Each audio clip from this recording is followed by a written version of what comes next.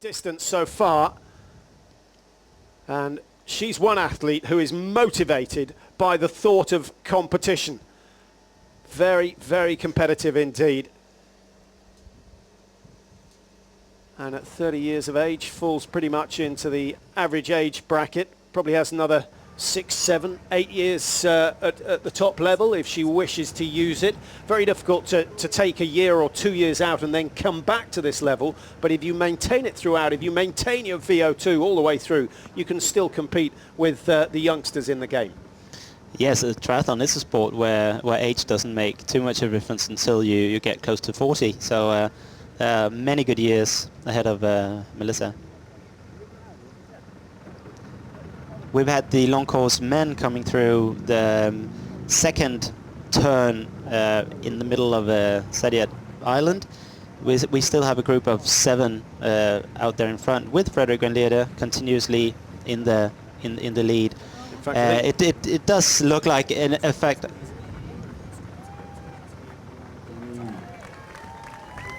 Ali and Johnny, what a fantastic race. A big question on everyone's lips is, did you plan the race as it went? Yeah, well, that was our plan we wanted to do. We wanted to go as hard as we could on the swim and the bike and gain a lead, because in hot conditions like this, and we're not used to this style of racing, so we didn't want to have a race on the run really, because it was really tough. But it went perfectly. The swim and the bike were really, really hard, and then the run, we were just pacing each other really. Alistair, you had the experience of coming here last year. Was it any different this year for you? It's obviously a bit different having Johnny and knowing what to expect in terms of the temperature and the 100k. Definitely trained a lot more specifically for it, and that's been good, and just a great event really. I really enjoyed it, so persuaded Johnny to come, and that was it. And I know it's a touchy subject, but you're looking really strong and obviously injury free. Yeah, all injury free. It's been real good this year so far, so I've done nothing particularly real hard yet, so I just wanted to be steady till here and hopefully push on to my next race in Cape Town.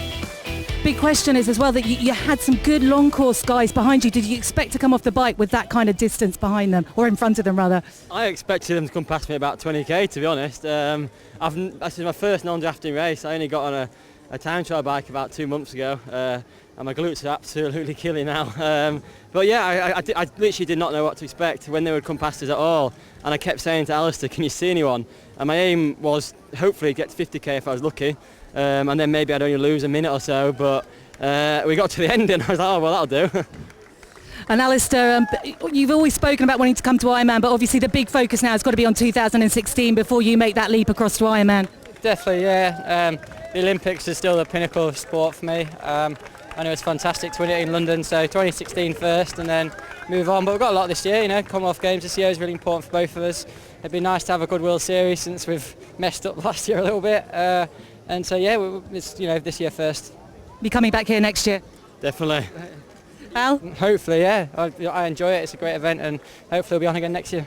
Brilliant. Thanks, guys. Well done. Thank you. Thank you. Cheers. Well done. Okay.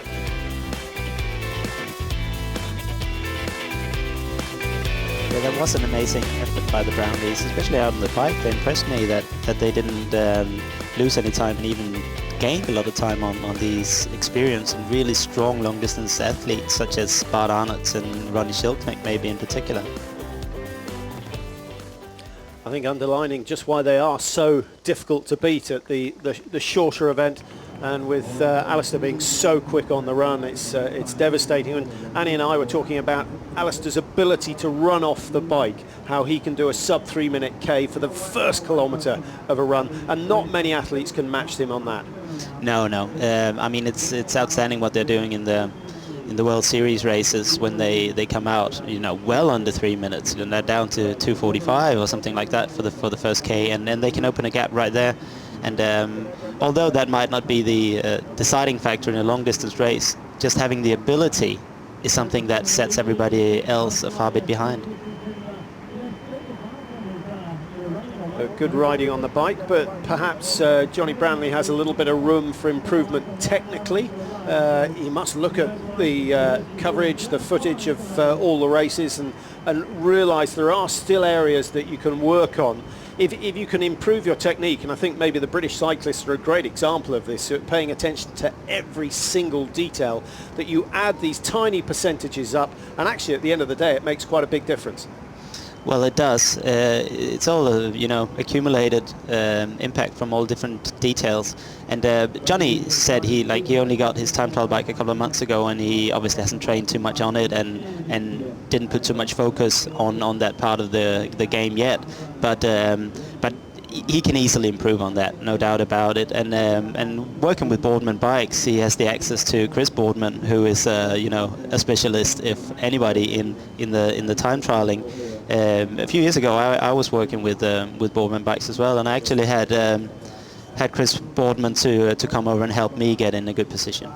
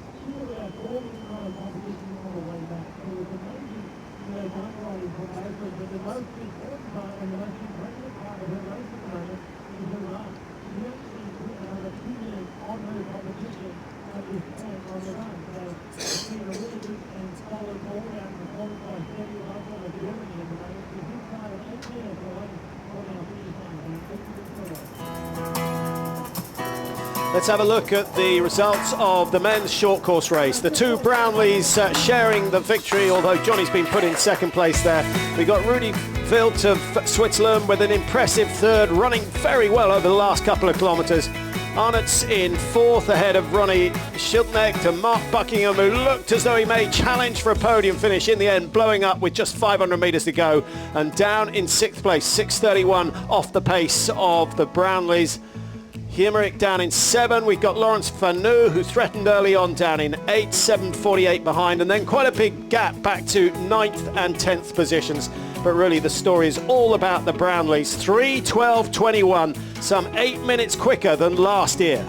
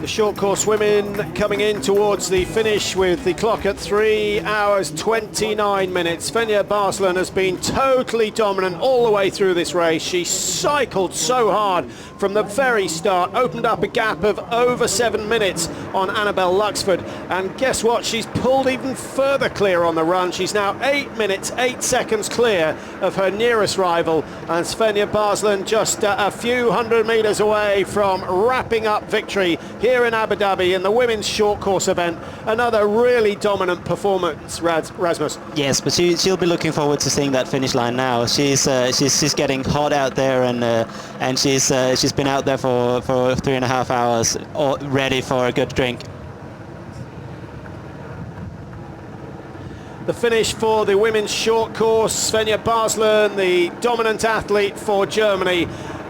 3:13.06 her time at the Heritage flagpole, some 8 minutes 8 seconds clear of Annabelle Luxford of Australia. Absolutely no chance for the Australian to catch her in the last 5 kilometres, and a comfortable win for Baslen of Germany with just a couple of 100 metres to go.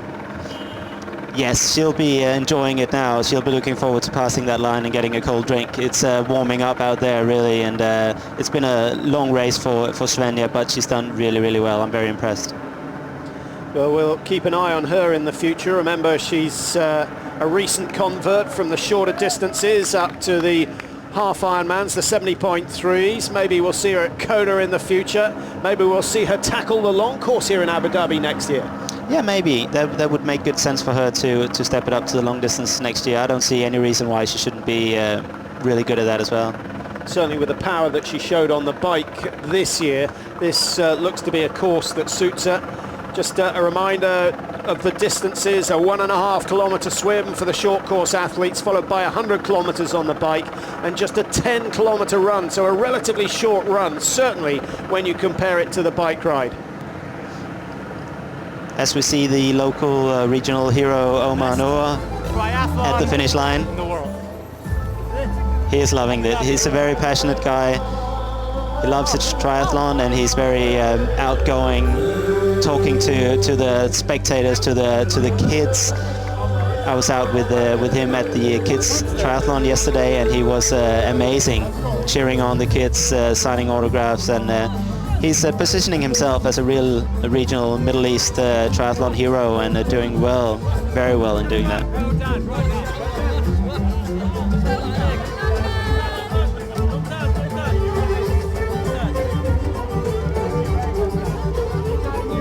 Well, this is why he is so popular, showing his appreciation to the crowd, and it's his passion, and it's so genuine, isn't it? It's not as if he's putting it on just to try and please people. He is so enthusiastic about this event.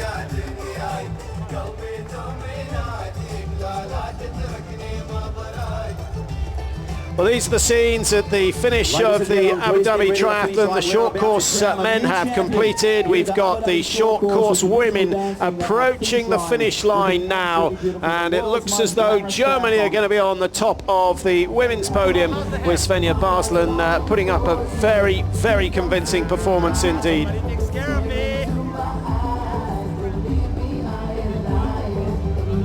Thank you so much, guys, for being out here, because it makes such a difference. You guys don't realize it. Ladies and gentlemen, it's been this is the best a crowd. magnificent win by the Brown brothers today. We are about to crown a new champion here in Abu Dhabi at the world's most glamorous triathlon. The winner of the women's short course triathlon.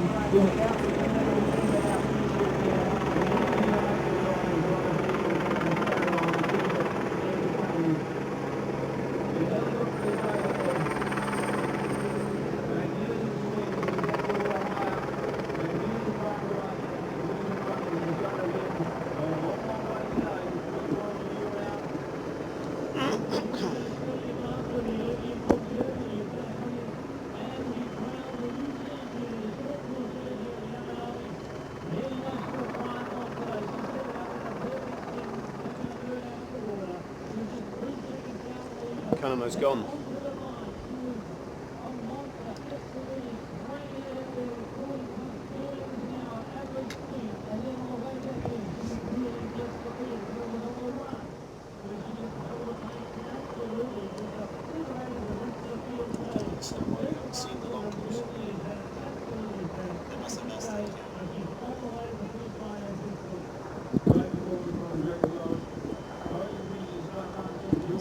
What time is it that we're coming in live?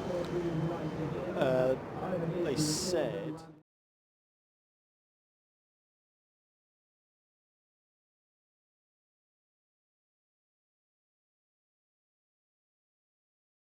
Svenja Baslen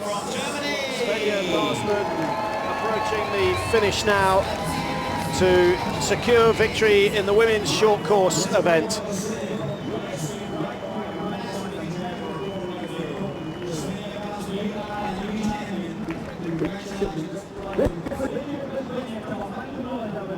time of 3:34.51.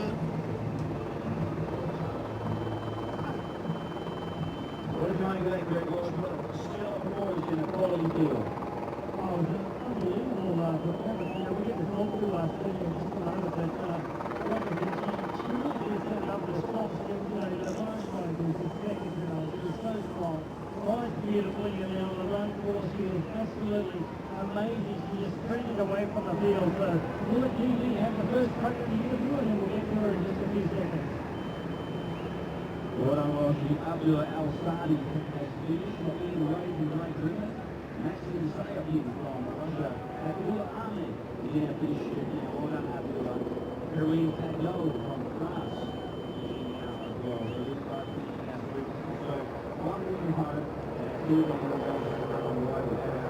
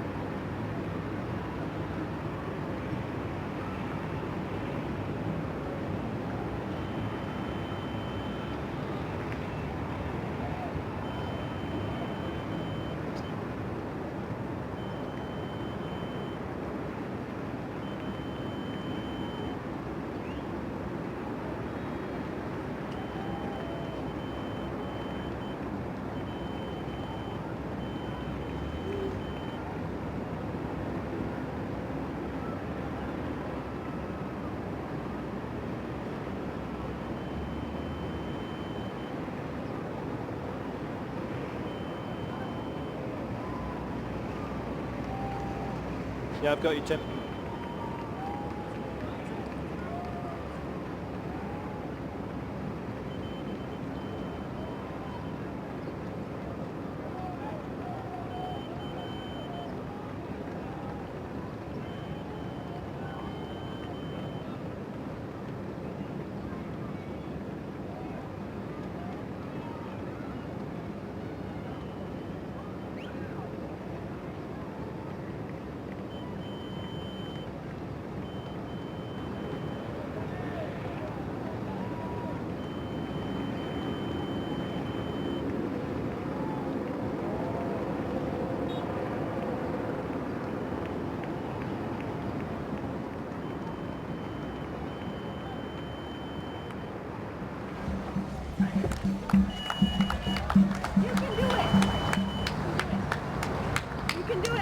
You can do it.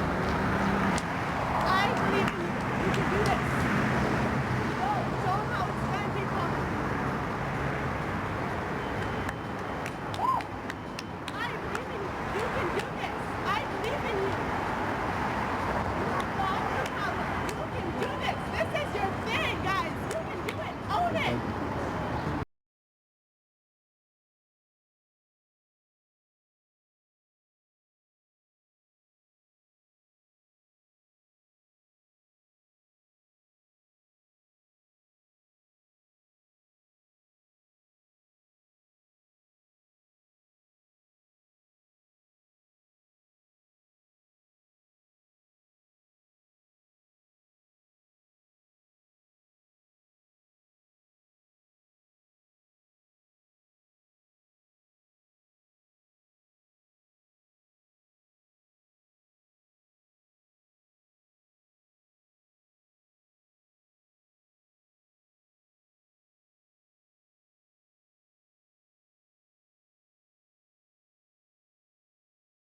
Siobhan Allison from Australia. Good on you, Siobhan.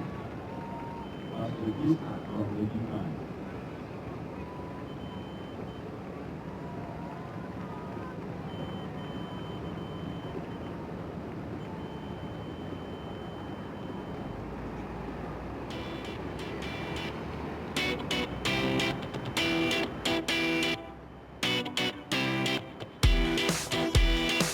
Good morning and welcome to the Abu Dhabi International Triathlon for 2014, an event that started in 2010 with the races won by Llanos and Dibbins of Spain and Great Britain. It is now in its 5th year and the field is bigger than ever. They've reached maximum capacity for the first time, 2,400 metres, and the premier event is the long course with a 3,000 metre swim twice round a 1,500 metre loop, and then they go through transition 1 onto the bikes out along the Corniche towards Saadiyat Island, and at the end of the run they come to Yas Marina Formula 1 track. 3 long laps to make up a distance of 200 kilometres on the bike. That's extraordinary by all triathlon standards, and with the heat over 30 degrees, it is a real test of both body and mind. Well, the short course here, entered this year by both the Brownlee brothers, is exactly half the distance, so they do 100 kilometres on the bike.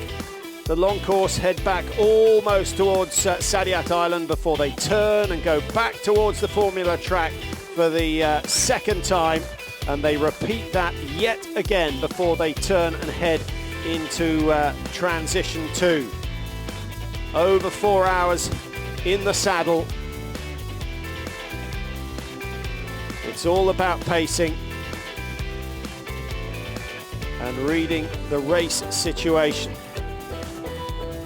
Beautiful clear day today. The wind of yesterday and the rain of last night has all vanished, and although it's going to be hot, they'll be grateful that there aren't strong winds out on the course blowing the sand and dust in the air.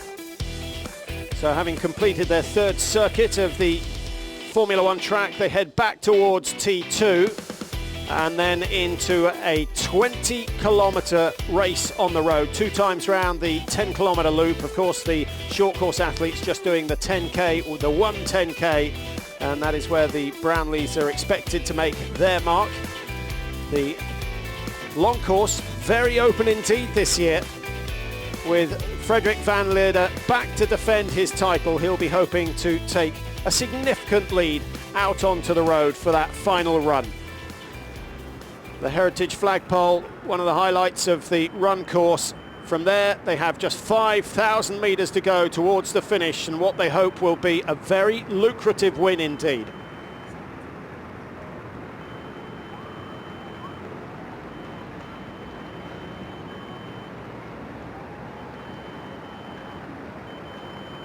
Very good morning and welcome to the Abu Dhabi International Triathlon 2014. Little delay on the start line, just making sure that everything is in place. Well, there's the setting for the swim. 2 1,500 metre loops for the long course athletes. Van Leerde number 1, Llanos, who won in 2010, number 2. Tyler Butterfield on the podium last year. Can he make a move up from 3rd position? James Kanema of South Africa has been looking strong in recent weeks. If he can survive the bike ride, he could be in for a good result today. Sylvain Soudry of France starting number 5, and he of course is a brilliant swimmer, so watch out for him in the water. Per Bittner of Germany, number 6. Mert Jamar of Belgium, number 8.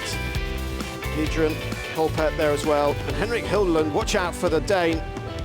Very strong swimmer and equally good on the bike. So here we go, finally under starters' orders at the 2014 Abu Dhabi International Triathlon, and they are away. The top 12 into the water. And the elite men going off first now. How much of a struggle will there be for the lead? Well, and who do you think is likely to take the pace on?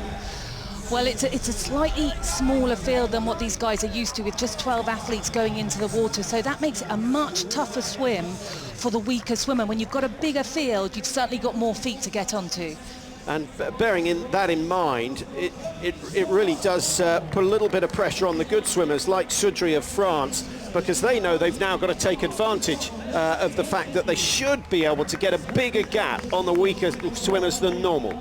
Yeah, and this is a tough swim course. As you said, it's 2 laps of 1,500 metres, and the boys are fairly far apart from one another. So from a sighting point of view, you've really got to keep your eye on it. Otherwise, if you go off track, you can lose minutes in a swim like this. Melissa Hauschild, the defending champion from Australia, wearing 50. We've got Van Vleuten from the Netherlands, Michelle Vesterby of Denmark, who's very strong indeed in the water. Jodie Swallow of Great Britain, keep an eye out for her. She's wearing number 54 on her arm, and Jodie Swallow has led out so many swims, and she'll be a little disappointed that she didn't start alongside the men. There you see her, number 54. 55, Frades from Spain, and then Blažević, number 58.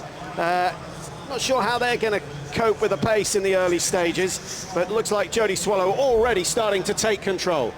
Yeah, we've seen her so many times lead out the swim, and she's an athlete that the women fear in the water. As you said, you know, she has no problems following on the feet of some of the men, and as we can see, they're already pulling the pace, pushing the pace, just trying to get a little bit of a gap. It's really important for Jodie to make up some good time on this swim. She knows Melissa's a weaker swim. She knows the non-wetsuit swim is going to affect her, and this is where she's got to get some time on her. Just coming round the buoy now. Frederik van Lierde, what a season he had last year. Started it off with a win here in Abu Dhabi and went on, of course, to win in Hawaii, the one, his biggest aim of the year.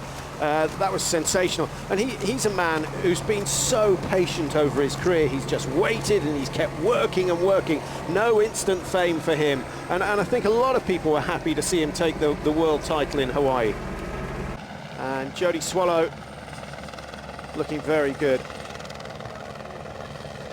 33-year-old from Great Britain leading the women's field at the moment, and slightly smaller women's field than usual, with the withdrawal of Caroline Steffen, who was in second place last year. She's been right up in the top of the order in the 3 times she's raced, but never taken the win, Steffen, so a little disappointment that she hasn't made it this time around. And it does make a big difference that the field is smaller, because there might not be a bigger difference between, you know, the fastest and the weakest swimmer, but because there aren't as many people in between, then the weaker swimmer will suffer more, because he or she won't be able to have other swimmers to follow, and then the gaps, they tend to grow a little bit more. We saw some of the girls here taking a slightly different line to what Jodie Swallow was taking. It looks like they were going a little bit longer. So they've reached the shallows and now make the break up onto the sand, where they turn to the left, and it's not a significantly long run. Van Lierde just checking over his shoulder to see what the score is. Frederik van Lierde making a very good exit from the water here. And the first 4 guys, as I was saying, Frederik van Lierde, Bart Colbert, Sylvain Sidri, Basti Run, the Dutch guy Ido Vandermeer, Bert Jamar, James Connemer, Tyler Butterfield, there's Henrik Hiddelon, Enrico Janos. We've got everybody there. But now let's see. This is a really, really hard part of the swim, because they get on the beach. They will need some more blood down in their legs for that run, which they don't really have, so that they get their heart rates up. Possibly the highest point of the whole race could be that little run on the beach right there, and then, you know, during those seconds on the beach. The women starting a minute behind the men, and Jodie Swallow approaching the first lap completion. And another little lift of the head just to check her line as she comes in towards the beach. And 2 women behind her. Rasmus, I'm not sure if you can ID the 2 women in the chasing positions. Well, it's Michelle Vesterby in front in the green cap, and behind there, it's hard to say. Could possibly be Blažević. 54 is Jodie Swallow, and you can see the power of her physique. It has paid off so far today, and 19:07 on the clock at the moment. And Jodie Swallow will be trying to make up as much time as she can here. She could possibly maybe not push it as hard as we saw the men do on the beach here. Try and stay a little bit more within her comfort zone. But she's clearly knowing that she's off the front and she wants to make as much ground on these girls as she can. Blažević approaching the beach for the first time. And keep an eye on the clock. Jodie Swallow, remember, going through at 19:07. The fastest of the men was Frederik van Lier at 18:29. So Jodie Swallow just 40 seconds down on the pace set by the fastest of the men. Colpert on 18:31.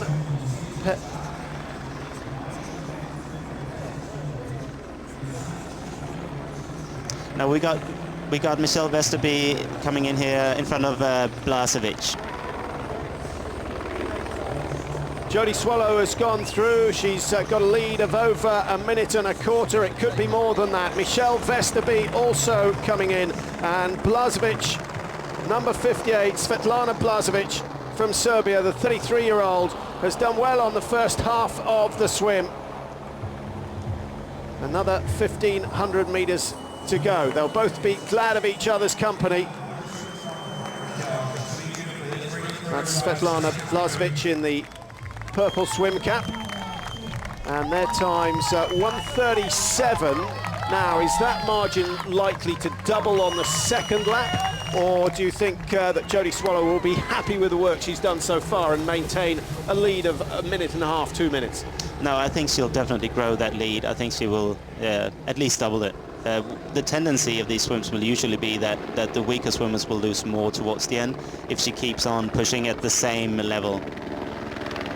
Remember, the swim here in Abu Dhabi followed by a 200-kilometer bike ride, so a good lead is useful, but certainly not decisive.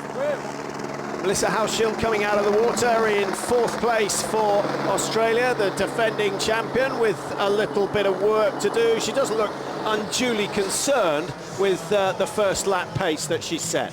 No, it's not a bad swim for her at all. She has put some distance into Yvonne van Vleuten behind her, which is probably one of her main worries. I think she should be pretty happy with this swim so far. Spectators starting to turn up in impressive numbers for this Abu Dhabi International Triathlon, and as the days go on, they will build and build and build, and hopefully we'll have thousands lining the run course, which of course is the final event of today's triathlon, a 20-kilometer run from the start area round to the heritage flagpole. It's an iconic scene and one certainly worth supporting, and the atmosphere building all the time.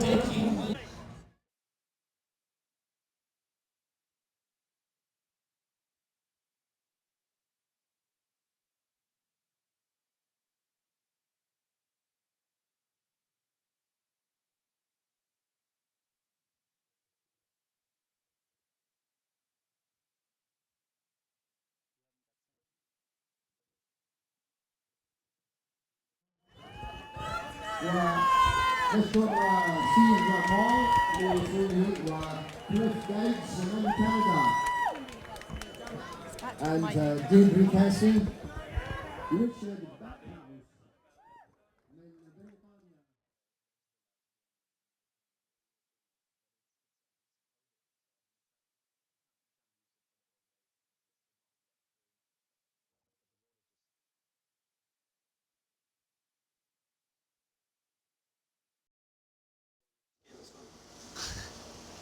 Would be nice.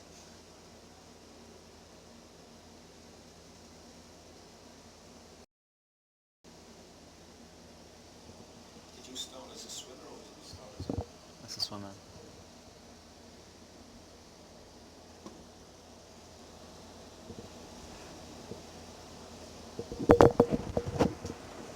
But then I was probably more talented as a runner and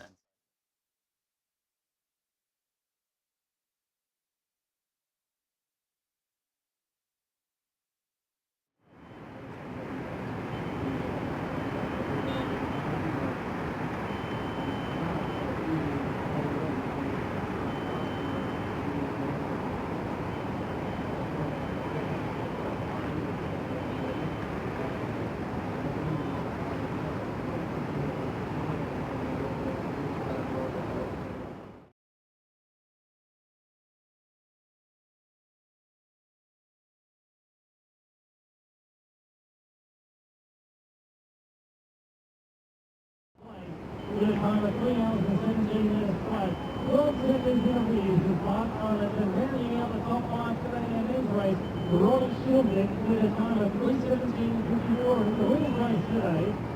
Our first place here in new champions, Stevia Bartlett from Derby, 3:34.51. And then 8 minutes later was Annabelle Luxford from Australia.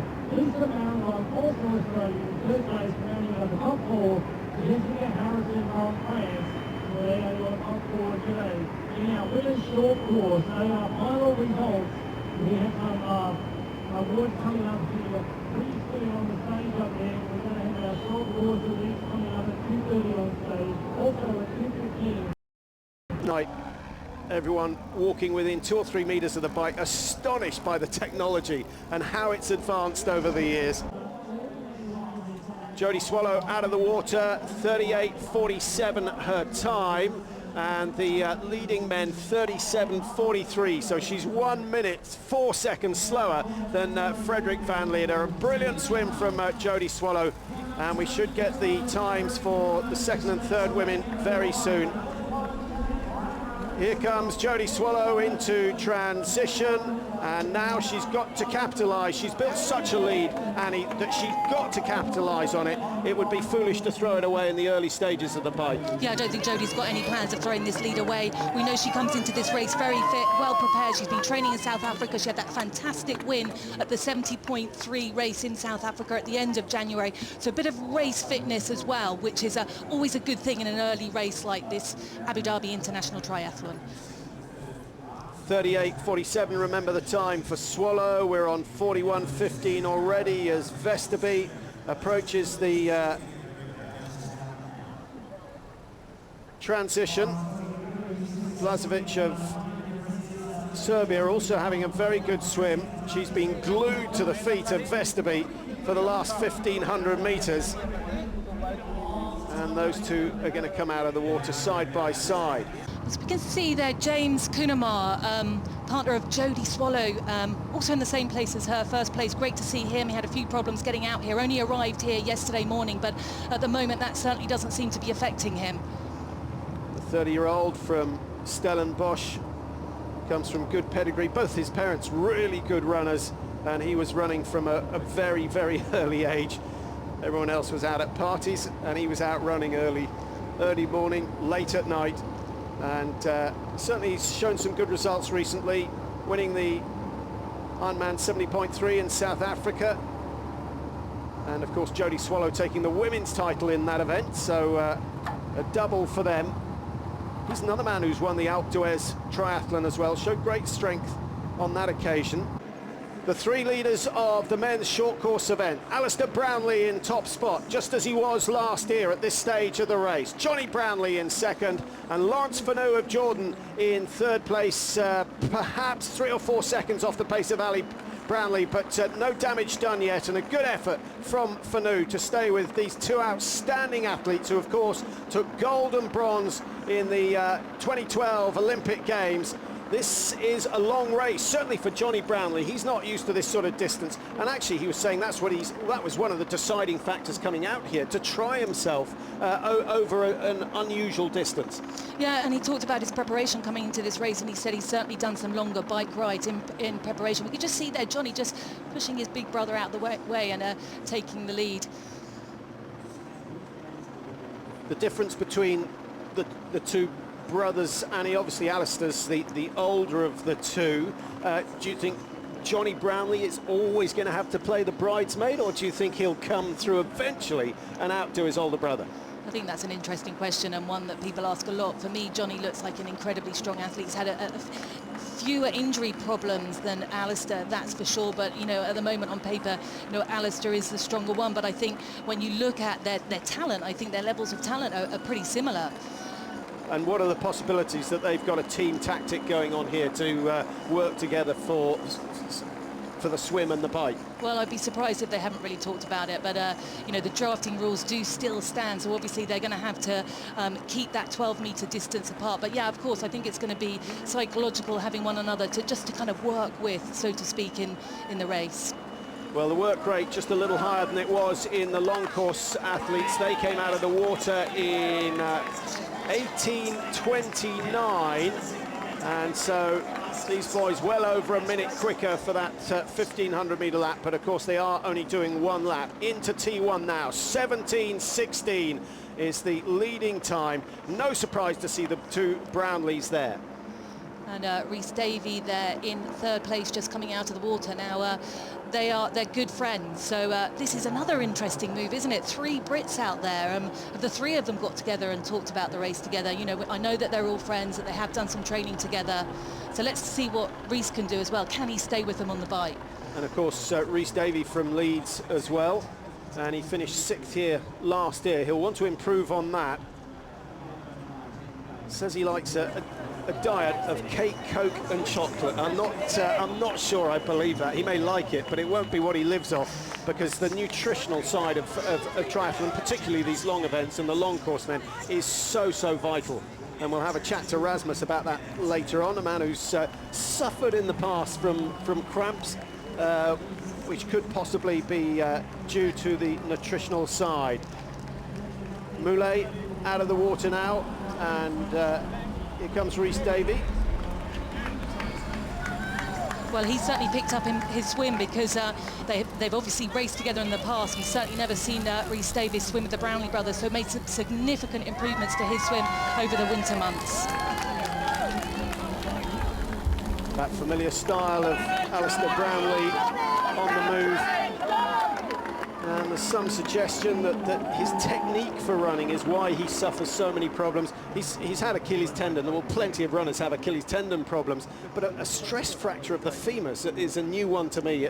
Fib, tib, yes, but to have a stress fracture in the femur, very unusual. Well, yeah, I mean, but these guys train so hard. They put so much pressure on their body. But yeah, as you talked about, his biomechanics, a real forefront runner and right on his toes. Almost looks like a track runner, like Steve Cram, very similar running styles. And I think that's perhaps why he pays the price when it comes to those Achilles injuries. So the leading three short course men onto their bikes, just picking up a water bottle that fell off, and you certainly don't want to start this race without a full quota of fluids on board the bike. 100 kilometers to go for the short course riders. Just looking at some of the other athletes coming out of the short course race, out of the swim, and Bart Arnott, who's for me one of the top three favourites here, was 2 minutes and 38 seconds down on the Brownlees, and Ronnie Sheldnecht as well, who's a 9 times winner of Ironman Switzerland, 2 minutes down. Now those are the big cyclists, those are the guys that we're going to be looking to hunt down the Brownlee brothers. So the leading men in the long course, and Frederik van Lierde, last year's champion, back in front, just going ahead of Henrik Hilderlund of Denmark. Very early days in the bike ride, 200 kilometers to complete. It's going to take them something between 4 hours 40 and 5 hours. Conditions are good today. The wind that we had yesterday certainly causing a bit of concern, but we had rain late last night. That's cleared the air. The wind has completely gone, and so no excuses for a slow time today as they head up towards Saadiyat Island and then on to the Yas Marina circuit. That's a highlight for many of the athletes, getting to race around the Formula One track. An interesting thing we just saw here before, this is Tyler Butterfield.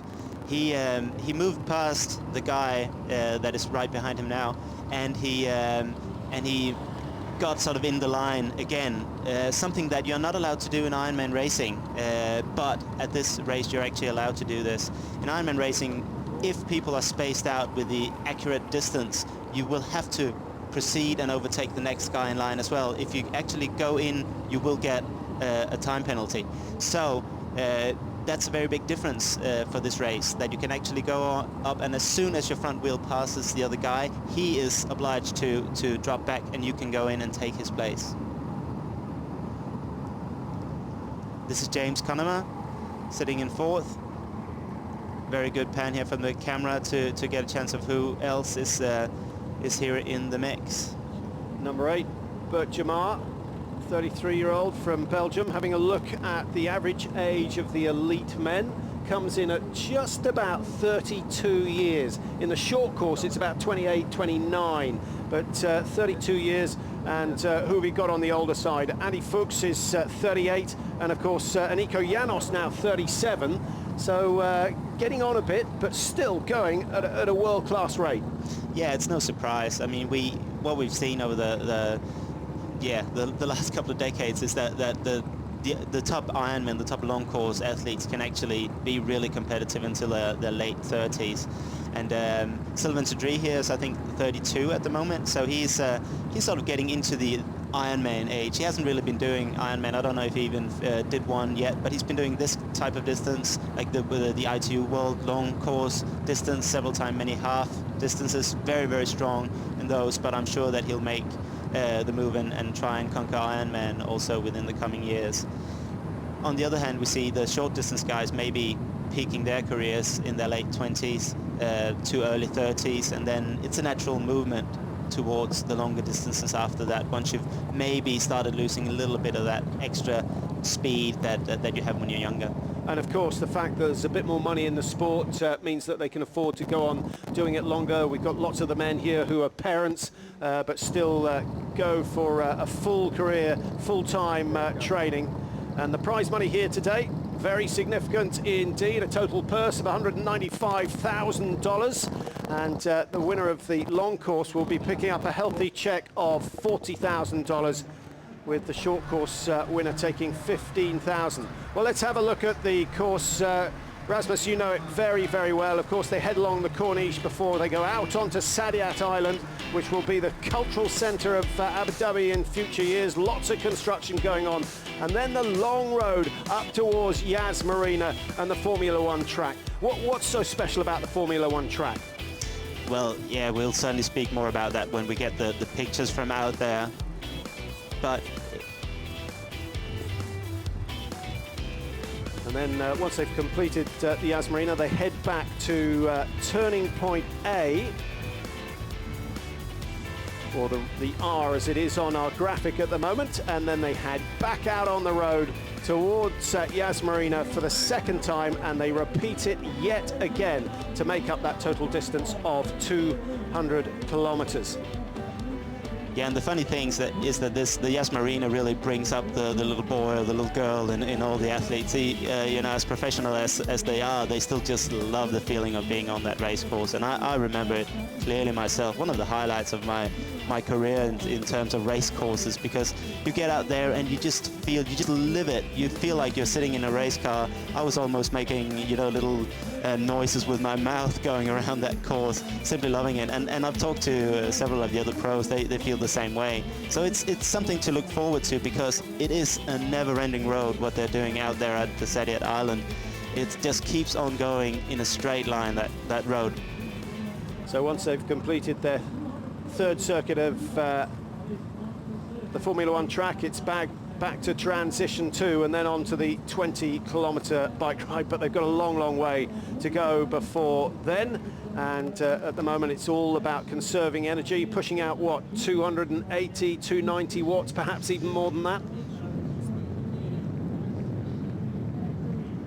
And each of the athletes will know what they're capable. How many of them will have a dial telling them exactly what their work rate is?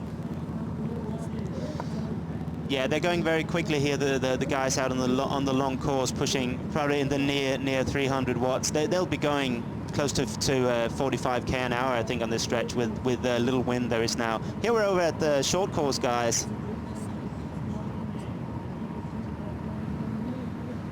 The short course men on the 100-kilometre course, and Rhys Davey wearing 110 at the back of the two Brownlee brothers. Looks very close to, I think it's Johnny in front of him. They'll be sharing the lead as the race goes on. And the three of them swimming together and starting the bike ride together. And with Alistair Brownlee winning the race last year, that experience will be important to him.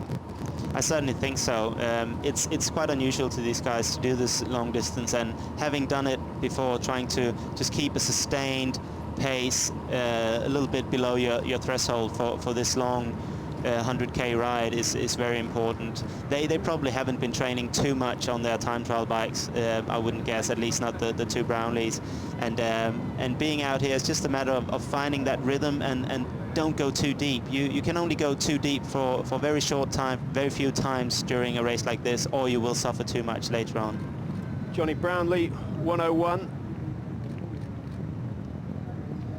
23 years old now. And certainly one of the big three in the ITU World Series events. Looking forward to a productive season. As Annie said earlier on, he's been a little more fortunate as far as injuries are concerned, and that can be so important in an athlete's career, just avoiding injury. But it's very difficult to know when you've overdone it, when the stress factors are going to occur. And how did you manage that aspect of it when you were racing, Rasmus? Well, injuries do play a big part in a professional athlete's life. It's something that you probably can't avoid during your career. And you know, to put it a little blunt, I've always sort of had the feeling that if you never got injured, you were probably doing slightly too little.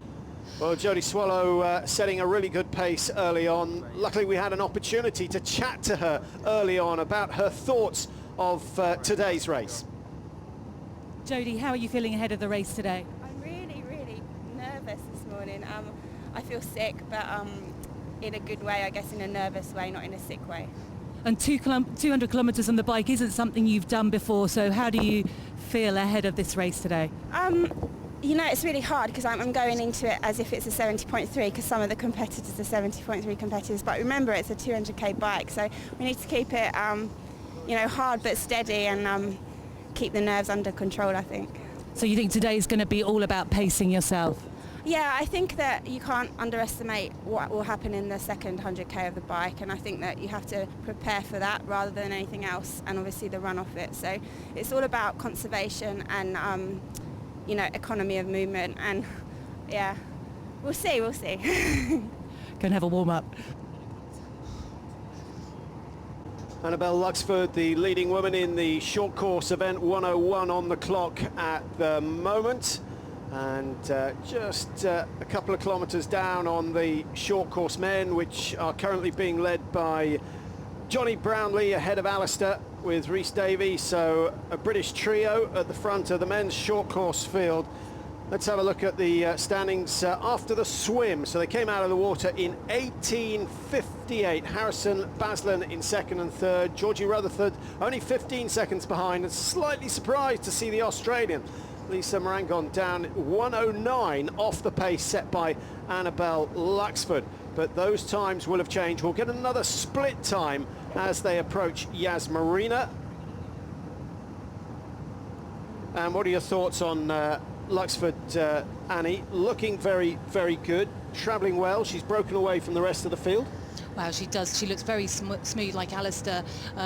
Really nice position on the bike, very, very still. And I think what's notable about her is that she's kind of looking very relaxed, doesn't look like she's overheating, but I think that comes from perhaps a born-bred Australian, spends a lot of time there tracing and racing, and very well adapted to these sort of conditions.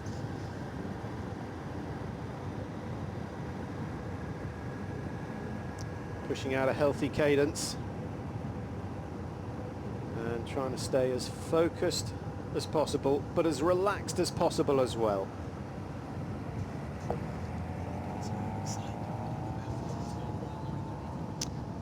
Well, I don't know if she's had a chance to look behind her, but if she does, she won't see anyone very close behind her. And, you know, that really is, at this stage in the race, I think a real motivating factor, knowing that you're very comfortable and actually no one's staying with you.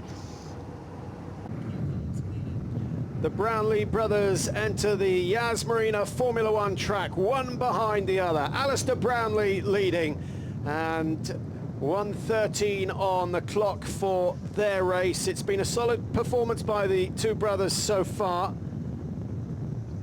and they've shaken off the rest of the short course field, which was expected, but perhaps we weren't expecting it to happen so early. And Alistair Brownlee certainly upping the pace as they got within 10 kilometres of the Formula One track.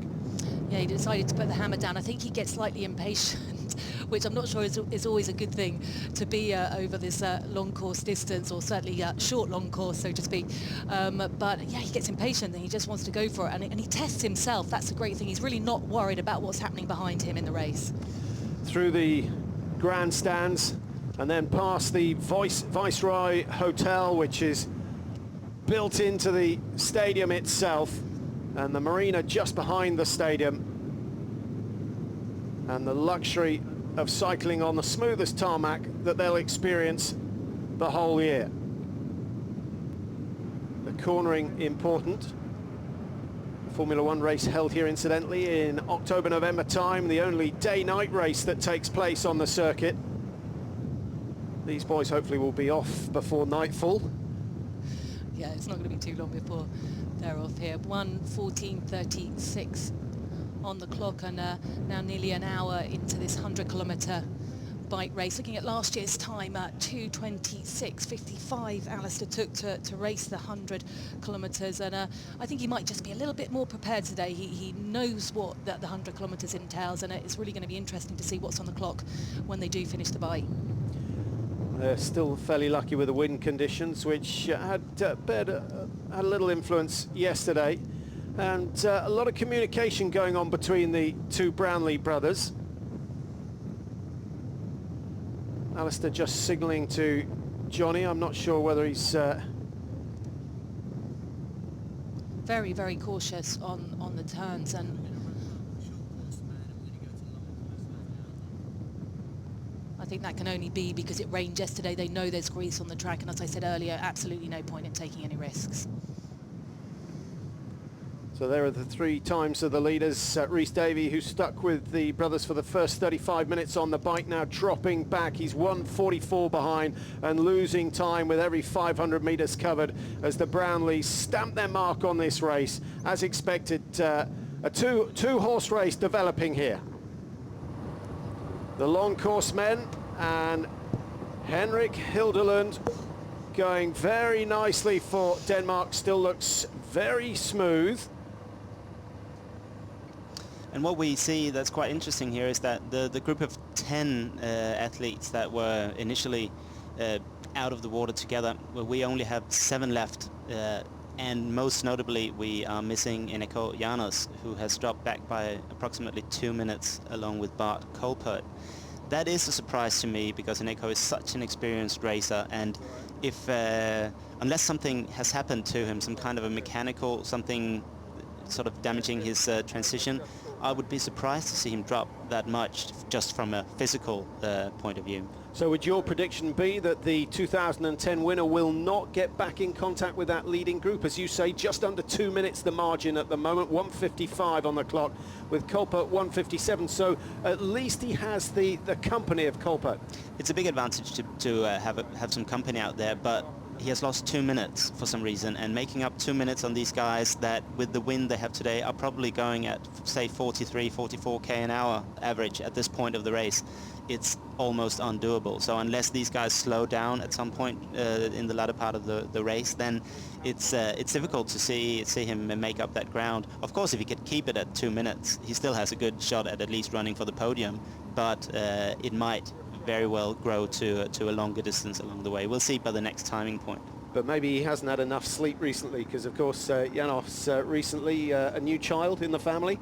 Yes, his wife Ruth had a baby 6 weeks ago, a little boy, and that might play a positive factor. That's what I've experienced when I've had my kids. It actually brings a lot of mental energy to it, another extra focus and extra motivation for you, but it might also slow you down because of lack of sleep. We're now 2 hours into the 2014 Abu Dhabi International Triathlon, short and long course.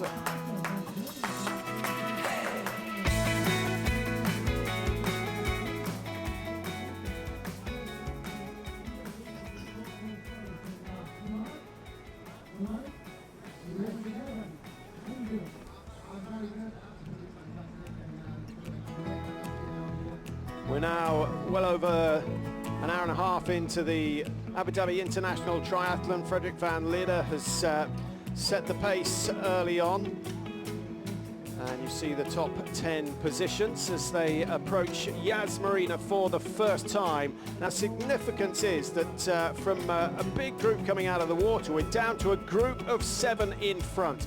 And Nico Llanos of Spain, the winner from 2010, has dropped off the pace. He's now 1:55 off the leaders. In the men's short course race, well, the Brownlees are really turning the screw, and they've pushed hard to get clear of the rest of the field. Rhys Davey hung on for the first 20 kilometres on the bike, but he's now dropped over a minute and a half behind. And so it looks as though it is going to be a race between the two Brownlees in the short course event. Jodie Swallow leading the women's short course event, but the lead that she established after the swim is not quite as substantial as it was. She came out of the water with a lead of 3:07 over Vesterby. She was 5:36 ahead of Hausschild, and now the times are Vesterby is just 2:13 behind, so she's gained a minute. Hausschild has got the margin back to 2:44, so 3 minutes gained by the Australian, who of course is the defending champion here in Abu Dhabi. So a brilliant start on the bike for Hausschild. Is it too good, I wonder, Annie, whether Hausschild is just maybe pushed the panic button in the early stages of the bike ride? Well, I don't think she will have pushed the panic button. We just know she's an incredibly strong athlete and probably one of the most talented athletes over this distance. Jodie Swallow there just having a few words with the... Now we've got a problem with Jodie Swallow. Not quite sure what's going on there, whether she's getting cramp or whether she's unhappy with the presence of the bikes, which is a possibility. She's we'll pick up on that story a little later on. In the meantime, let's just pick up on the short course men who are out on the track. The two Brownlees still going well, and 20 metres right now. They're now on to their second track of Yas Marina, and the two Brownlees right up there. Ronnie Schultneck has gone up into third place ahead of Rhys Davey, who's dropped off the pace. Peter Hemmerich from Belgium, 4:34 behind. So the two Brownlees still with a very significant margin over the rest of the short course field. Lawrence Fanu of Jordan, 4:35. So there's a group of 1, 2, 3, 4, 5 men, and in fact Mark Buckingham is the 5th man in that group of 5 that are chasing the two Brownlees, with Bart Arnout's Belgium now 5 minutes off the pace, so he's just fallen away from the chasing group. Yeah, well, certainly looking very good for Mark Buckingham there, Patrick, because he's a great runner. He's renowned for his running, comes from a running background, and he's found himself in a nice little group. And actually, I think we can say from here, quite safely say that we're looking at third position. You know, first, barring disaster, first and second are taken. But interestingly, this good group of great bikers, third, fourth, fifth, sixth position, there's 4 or 5 athletes in there putting no time into the Brownlee brothers. They're actually losing time, and it just goes to show just how hard and how fast these guys are going. Well, I guess the most likely thing to go wrong with the Brownlees is they get penalised for drafting, because their 12 metres is not my idea of 12 metres at the moment. No, it's not. It's very difficult to gauge when you're out there. It really is very difficult. I think that's one of the cameramen out there and not one of the draft busters, but yeah, certainly looking more like half the distance rather than 12 metres. But they know what they're doing, these guys. I say that, but at least I think they do. Well, with a lead of over 4 minutes, they can afford certainly afford a 15-second penalty, even up to a couple of minutes. But it's not what they want to happen. So out of Yas Marina and back on to the women's race. This is Jodie Swallow. Was very upset. What do you think that was a little earlier on, Annie? Well, it's the athlete's responsibility to stay away from the bike in front of them, the bikes that are following them, the media bikes. You know, they have to be quite vocal in telling them to get away, because they can actually be penalised if they are riding too close to the motorbike. So I'm guessing, but that was the problem probably. Well, she's doesn't hold back. She doesn't mince her words, Jodie Swallow. She certainly doesn't. And many an athlete has felt her wrath in the past. Well, this time picking up a lot of water. Alistair Brownlee missed an exchange earlier on, and when you're travelling at the speeds that they go on the bike, it is very, very difficult Just hearing that Vesterby is some 2 minutes down on Jodie Swallow. The last reading we had was 2:13, so the Dane getting closer and closer to Jodie Swallow. But Jodie building herself a very comfortable lead after the swim. It could be tactical, of course. She could say, okay, I've got an advantage. I will save something for the latter stage of the bike ride. Around that corner. The Brownlees out of Yas Marina for the last time today. They now head back to the Corniche, where they will go into T2 and switch to the run, but of course they've still got some 45 kilometers to go before then. The age groupers continuing to exit the water after their swim into T1, switching from the swim to the bike ride, of course. All the bikes neatly laid out, 2,500 of them there first thing this morning. The elite athletes have come and gone and now well into their bike ride. Well, we're still getting a readout of 25 degrees. I think it's a little bit warmer than that at the moment, as the day certainly getting hotter and hotter, and the temperature one of the hardest factors to deal with here in this Abu Dhabi triathlon. Alistair Brownlee still leading the men's short course event with his brother Johnny right on his tail, as he has been for the last 20-25 minutes, and those massive margins that they've built in the early stage of the bike ride. Hirmik now 4:44 behind, Lawrence Fanu 4:45. Quite a good chasing group still working together. Nice to see that Mark Buckingham's managing to hold on to the pace set there.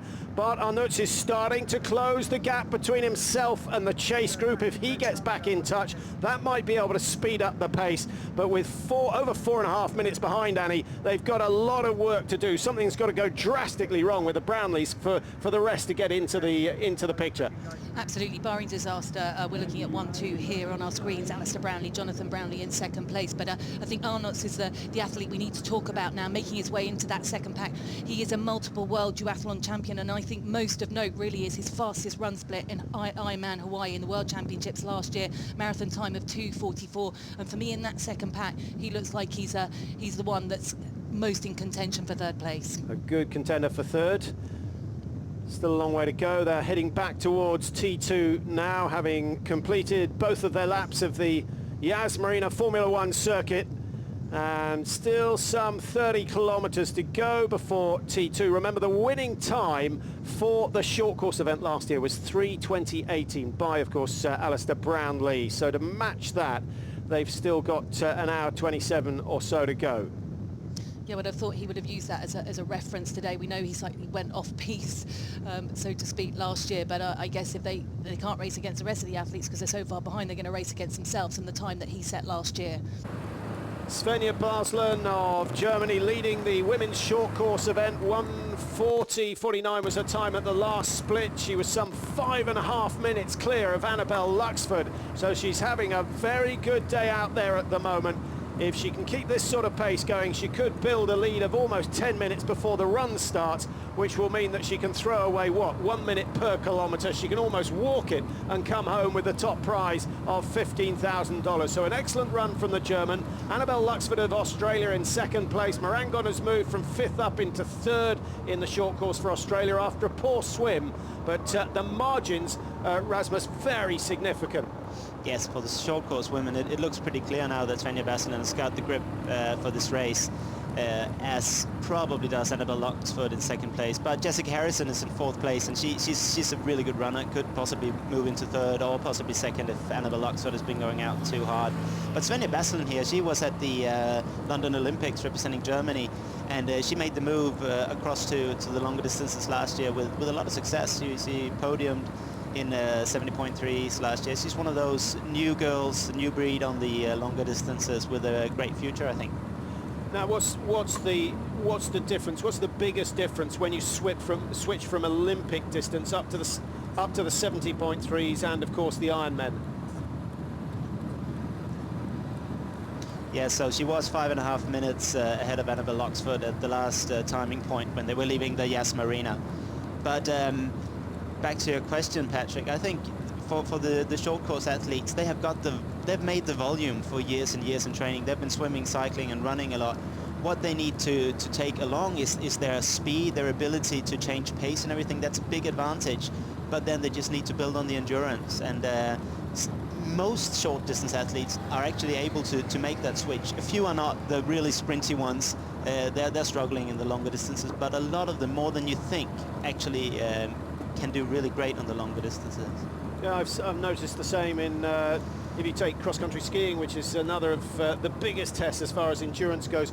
Those who start their career as sprinters develop into fantastic endurance athletes later on, and the speed and the power that they generate early on proves very useful later on in their careers. And who knows, maybe Barsland will become a fantastic Ironman distance racer as well. But at the moment she's got a substantial lead, 5.5 minutes. We expect it's going to be up around 6.5 by the time we get the next split point. Annabelle Luxford trailing in her wake. Well, let's have a look at the final stage of the race for the short course athletes. Of course, after the 100-kilometre bike ride is completed, they go out onto the run, and it's a 110-kilometre loop out towards the Heritage flagpole and then back to the transition area, where we will find out who the champion is. At the moment, Svenja Barsland is looking very good for a win for Germany, and we've yet to find out which of the Brownlee brothers is going to win. Johnny Brownlee has looked the weaker on the bike of the two. Alistair's done the majority of the leading. I guess the one question mark opposite Alistair is the fact that he's been injured a lot in the last 12 months. Will he survive a 10k run? I suspect so, but that may be what Johnny is hoping for, that he breaks down. The leading short course athletes coming into transition 2 from the bikes to the run, and the two Brownlee brothers are neck and neck. They've worked well together. They swam together, they've cycled the full 100 kilometers together. They have just 10,000 meters to go. Both of them excellent runners, but Alistair over the last 3 years has certainly been superior on the final leg. Yeah, we certainly can't argue with that one, Patrick, but as I said before there, Johnny beating him in the final last year in Hyde Park, the final of the World Triathlon Series. Let's see what Alistair's got here. It's going to be very, very interesting indeed. Now, how important is Alistair's experience from last year going to be? We saw him consuming huge amounts of water and picking up every sponge he could get his hands on last year. At least he knows what's coming his way. This is all new territory for Johnny. Firstly, a run after a 100-kilometre bike ride, and secondly, the temperatures that have now built up in excess of 30 degrees. Yeah, they certainly, as far as I know, they haven't really done any warm weather training. You know, they've been back home training, and you know, this is going to be quite a new experience for Johnny, having ridden 100 kilometres. I've said before, these guys will have trained this. They would have ridden long. They would have done brick sessions. In other words, running off the bike in training. But it's very difficult when it comes to a race scenario. Well, that was their first navigational error. I think they missed the transition tent, but they've been pointed in the right direction. No one gaining an advantage there, and now they have to prepare themselves for the final 10-kilometre run.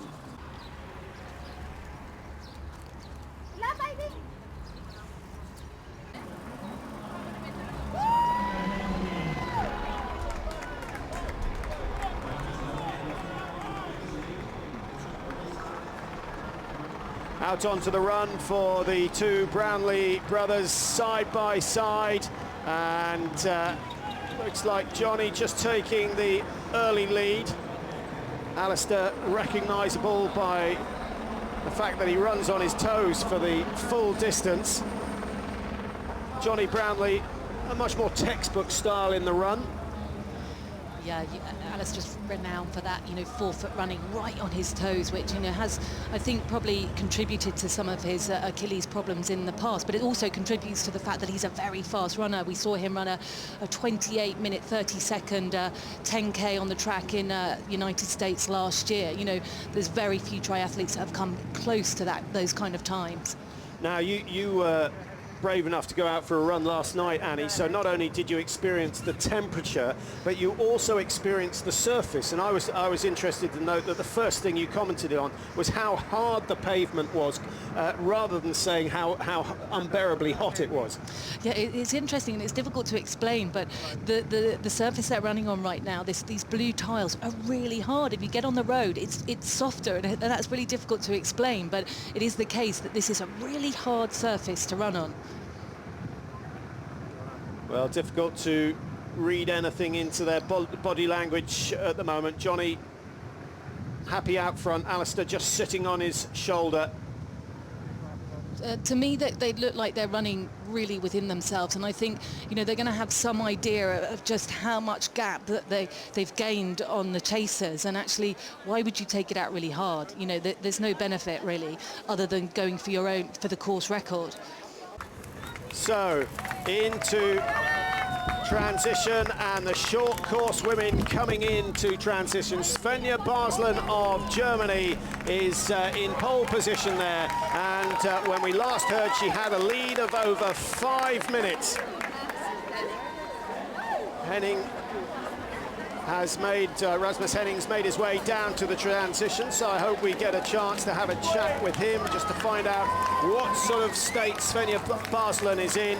She has really hammered it on the bike today, and the time 2:53.02 at the moment. She's going to be well inside last year's winning time for the short course women if she can keep this sort of pace going.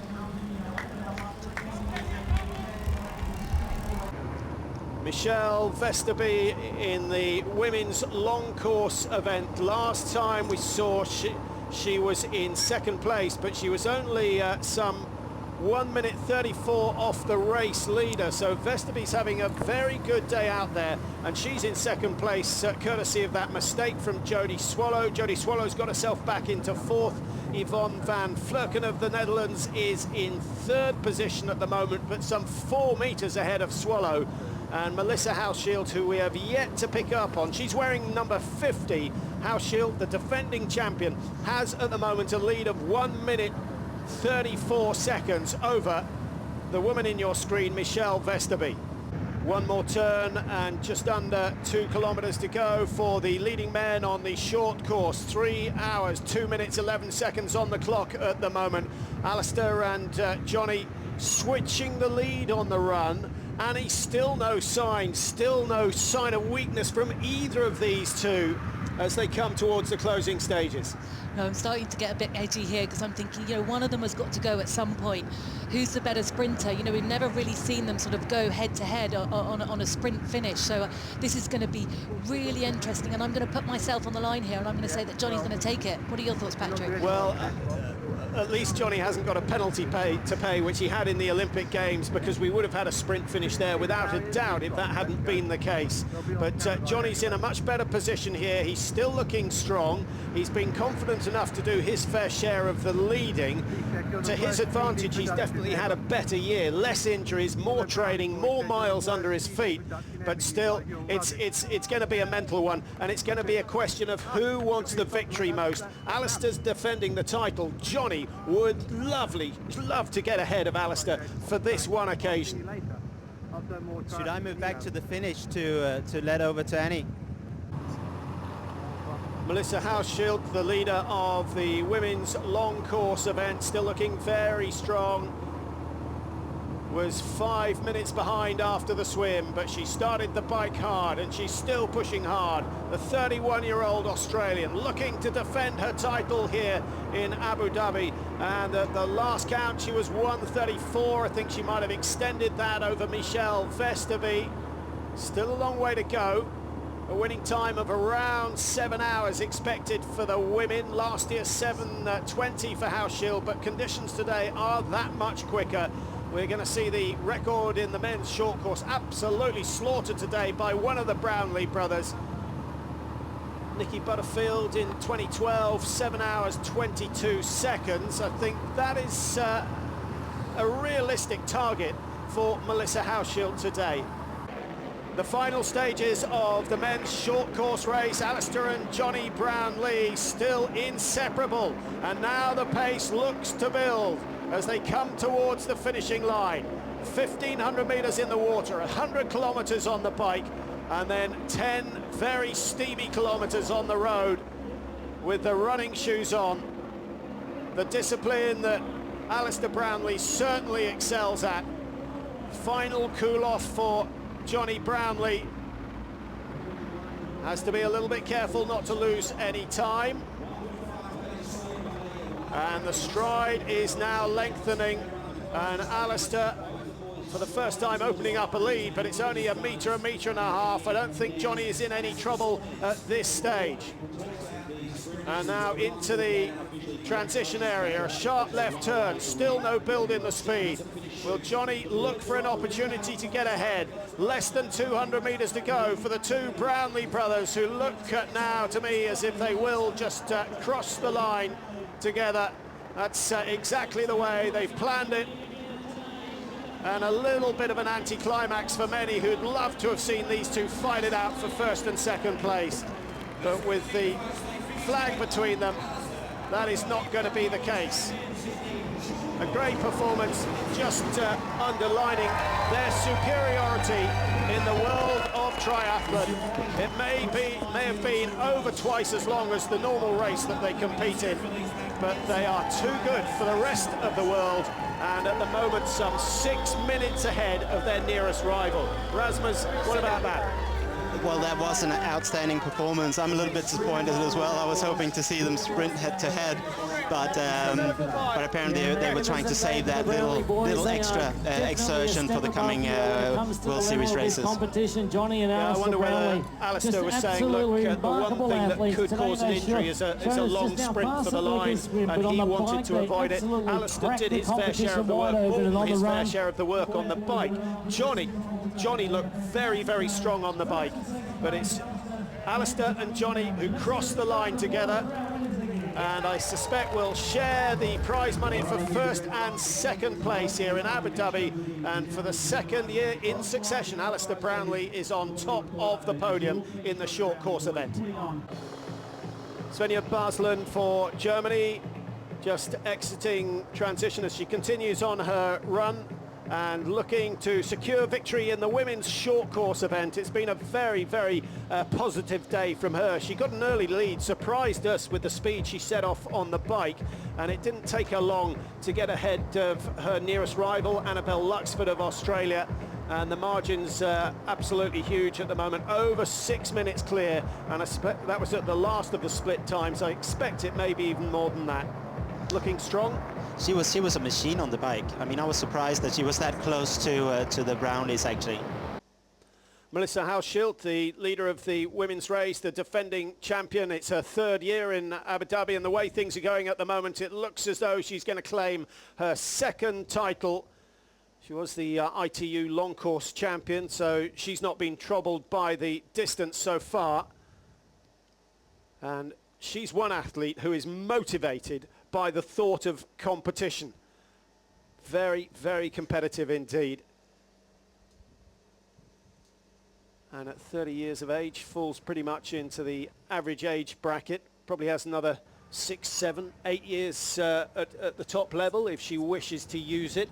Very difficult to take a year or 2 years out and then come back to this level. But if you maintain it throughout, if you maintain your VO2 all the way through, you can still compete with the youngsters in the game.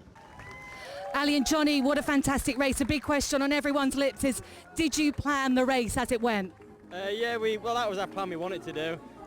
We wanted to go as hard as we could on the swim and the bike and gain a lead, because in hot conditions like this, we're not used to style of racing, so we didn't want to have a race on the run really, because it'd be really tough.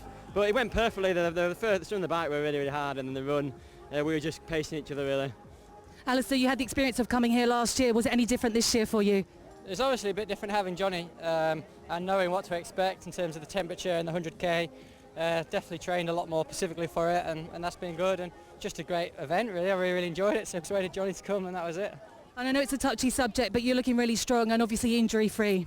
Yeah, all injury free. It's been real good this year so far, so I've done nothing particularly, real hard yet, so I just wanted to be steady till here and hopefully push on to my next race in Cape Town. Big question is as well that you had some good long course guys behind you. Did you expect to come off the bike with that kind of distance behind them, or in front of them rather? I expected them to come past me about 20k, to be honest. This is my first non-drafting race. I only got on a time trial bike about 2 months ago, and my glutes are absolutely killing now. But yeah, I literally did not know what to expect when they would come past us at all. And I kept saying to Alistair, can you see anyone? And my aim was hopefully get to 50k if I was lucky. And then maybe I'd only lose a minute or so, but we got to the end and I was like, oh, well, that'll do. And Alistair, you've always spoken about wanting to come to Ironman, but obviously the big focus now has got to be on 2016 before you make that leap across to Ironman. Definitely, yeah. The Olympics is still the pinnacle of sport for me. I know it's fantastic to win it in London, so 2016 first and then move on. But we've got a lot this year, Commonwealth Games this year is really important for both of us. It'd be nice to have a good World Series since we've messed up last year a little bit. And so, yeah, it's, this year first. Be coming back here next year? Definitely. Al? Hopefully, yeah. I enjoy it. It's a great event and hopefully we'll be on again next year. Brilliant. Thanks, guys. Well done. Thank you. Thank you.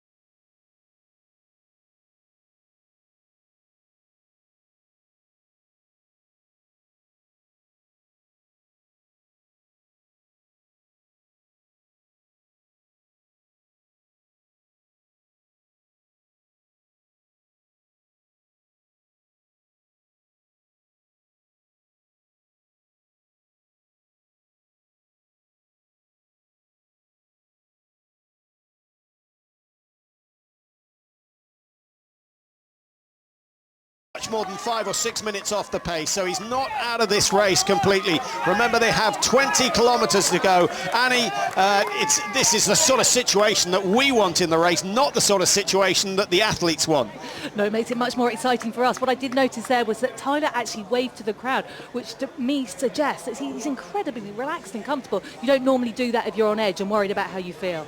I thought he looked very good on the bike, just pulling ahead of Van Leerder in the closing couple of 100 metres. I'm sure that was just a psychological move coming in from Butterfield to say, you haven't hurt me and I'm ready to go on the run. Well, they've got to get through transition 2 cleanly, and of course you may not lose the race here, but you can certainly damage your chances if you lose 15-20 seconds through transition. So they won't be hanging around. They'll come out and run back in the direction that they've just come in for a few 100 metres before they turn and head out to the east along the Corniche at the start of the first 10-kilometre loop.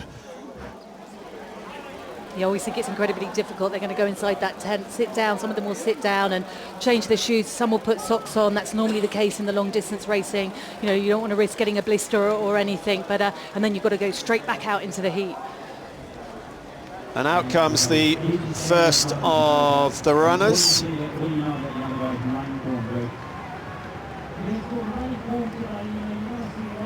onto the Corniche, and with so many runners around, the age groupers who started a little later, many of them of course doing the short course race but are still out there battling away.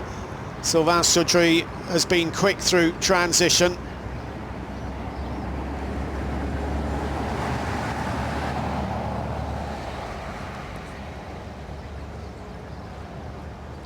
So you'll be able to pick him out. He's got the colours of the tricolour down the side of his suit, and a light build. Most of the athletes here coming in between 70 and 73 kilos. Well, he's certainly done something a little bit different in his transition, because he's already put in a good sort of 75-metre gap. We can just see Tyler Hamilton coming out in the red there, just behind, and flying out of the transition a little bit faster than what we saw Baz coming out. I guess Baz is probably the weaker runner and just thought he needed to get that really early advantage.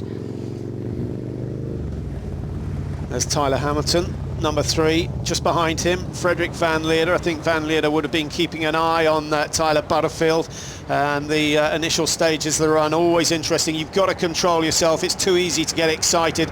No need for van Lierde to panic at this stage, but he won't be happy that Sylvain Soudry's had a good exchange.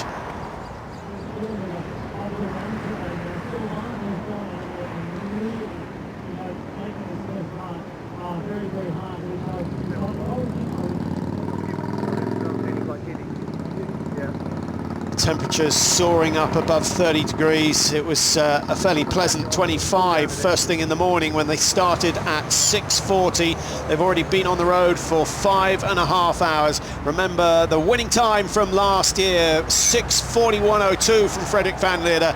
I suspect they're going to be a long way inside that. If we look at the short course, Annie, with Alistair Brownlee taking almost 8 minutes out of the time that he did last year. The conditions are a little better, but I suspect that as this run goes on, the temperature may get higher than it was at the peak last year. Yeah, definitely, and it's even going to be a little bit higher than when the Brownlees were running as well this morning. Rasmus Henning, I think he holds a course run record here of around about 1 hour 6 minutes. He'll double confirm that with us when he comes back into the commentary box. But last year we saw Frederik van Lierde running 1 hour 12:47, 20 kilometres. So yeah, they're definitely going to be inside last year's time if they keep up this pace. Sylvain Soudry there out in first place, and managed to pick up that cadence and his speed pretty quickly off that bike. I thought he looked very fresh when he came out of the transition tent, certainly fresher than many of the age groupers, but bear in mind that the age groupers, they work full time, they fit their training in whenever they can, whether it be early morning or late at night, and it's a very, very tough life. Of course, many of them have families where they have commitments as well, so you have to take your hats off to the age groupers. If they manage to finish here in Abu Dhabi, it has been a successful day. The pro athletes, well, their life is all about racing and winning.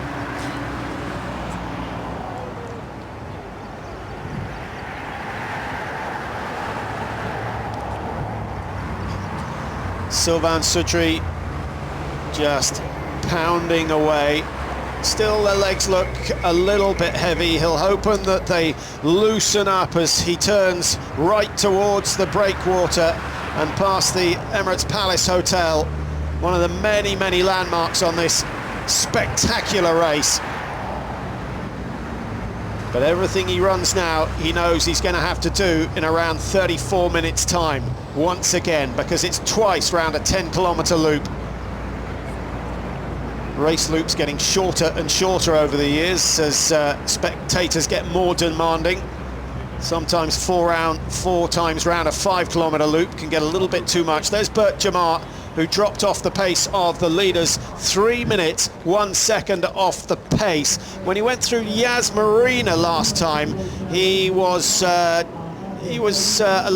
with the leading group, so he's lost 3 minutes on that last section of the bike ride. Whether he can pull it back, I'm not sure. He certainly didn't look in the sort of shape to take on Tyler Butterfield or Sylvain Soudry, the two men at the front. Yeah, Sylvain Soudry again there on our screens and really looking strong. He picked up his cadence, he's kind of bouncing off the ground and looking really good. And as you said, Jemiah there just looking a little bit heavy-legged, but sometimes it takes a couple of kilometres to get your running legs back. 2 times this man has finished in 5th place here in Abu Dhabi. He deserves a podium finish. In the women's race, it's a very different story. Melissa Hauschild has been out in front for the last hour and a half on her own. She's building she was building a sizable gap over second place, but Michelle Vesterby has been fighting hard on the closing stages of the bike ride, so we're fascinated to see just how close Vesterby gets to Hauschild before she comes into T2. At the last count, some 16 minutes ago, the margin was 1 minute 27 seconds. If Vesterby can get within 30 seconds of Hauschild will know she's got a race on her hands. Yeah, and you know, that's always good for everyone watching. I think Melissa would like to sort of take control of this race and know that she has a fairly decent advantage going out onto the run. That said, Melissa out of the two, most definitely the strongest runner. Provided she saves something in the tank. Back out on the men's running course, and they do need to be very, very careful. Some of the age groupers have come to a grinding halt, so staying focused. We saw it on the bike in the short course with the Brownlees weaving in and out of the many athletes. And just a reminder, full capacity here this year for the first time in Abu Dhabi. 2,400 athletes entered for the races. It's getting more and more popular as the years go on. I think word of mouth is proving very effective advertising for this event. Yeah, it certainly is. Talking to a lot of the British athletes out there, they love to come over here and race. Just the experience of coming to Abu Dhabi and all it has to offer really, you know, brings them out here, even when they've been training in Great Britain all winter and it's been raining and freezing cold. Yeah, you can travel many parts of the world, but you'd never really get a culture shock. You go to Australia and you see exactly the same shops as you'd see in the high street in Reading. You come out here to Abu Dhabi and everything is different, and some of the architecture in particular is just mind-blowing. Some of the athletes are just struggling to get their shoes off. You don't realise you get off the bike and you cramp up, and it all looks so easy. You know, the pros make it look so easy, but for these guys it's just a little bit tougher. They don't have, you know, that ability to be able to just spend all day training and sleeping, and they come out here not underprepared, but you know, just not as fit as the pro guys. I wonder how much training most of the age groupers do for the transitions, particularly the transition from the bike to the run, which is the hard one, but even the swim to the bike. You can save yourself time in the transition area, but if you're used to it, you can get straight into a decent level of biking, pushing out the watts. But from the bike to the run, Annie, for those who haven't trained that particular section, for the first couple of Ks, you think you have taken on an impossible task. Yeah, it feels like you kind of got a big monkey on your back, and it is a real struggle. Look, we're just taking a little look there of Jessica Harrison and Georgie Rutherford, who are our 4th and 5th place finisher in the women's short course race. Tough day out there for them. Georgie Rutherford doing really, really well, though.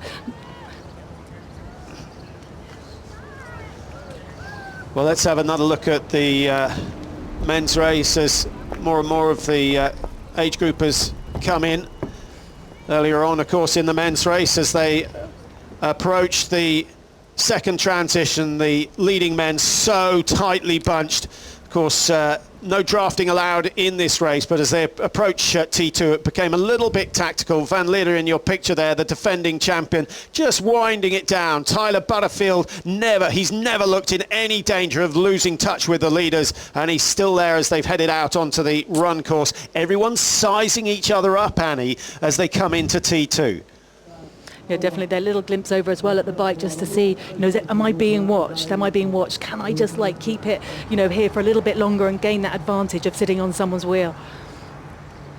Melissa Hauschild on her own. It's been a lonely day out for her, but she won't mind because there's a check for $40,000 waiting if she can stay in top spot right the way through to the finish. Yes, she has the 20k run, but she's hot favourite to take on Vesterby over that distance of running, and Hauschild could be making it 2 in a row here in Abu Dhabi. Different scenario from last year where she had Caroline Steffen. I think there was probably a smile on Hauschild's face when she heard that Steffen wasn't going to race. Oh, I would imagine so. I mean, you know, Caroline Steffen is just so strong on the bike, and everyone knows that, and she has got a strong run as well. But yeah, I think Melissa thought, okay, that's one less athlete to certainly have to worry about here today. Well, the Australians have been losing their dominant touch in many sports. I guess in men's triathlon they're not as strong as they used to be. In the women's, certainly looking at it today with Hauschild looking very, very strong indeed, they'll start to feel that they're coming back. But it does go in cycles, doesn't it, Annie? Some nations suddenly have a purple patch. I think the British Olympic distance athletes certainly going through a purple patch with the Brownlees at the moment. Long may it last. We'll have to wait and see whether they go on past 2016. But the Australians, they're not as strong as they used to be. What do you think the reason is for that?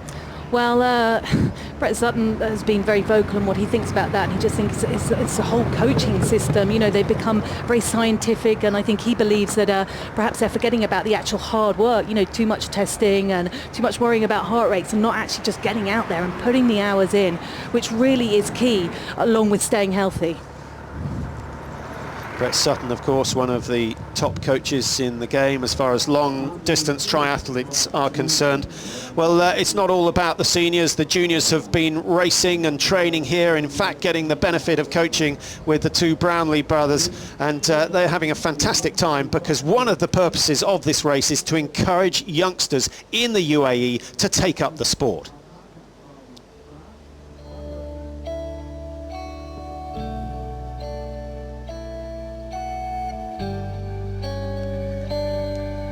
This is by far like my favorite part of the weekend, and the reason why it's my favorite part of the weekend when people ask me is the energy level. These kids have such a genuine energy and happiness of life, and I love it. I love to see the fact that we're making a change.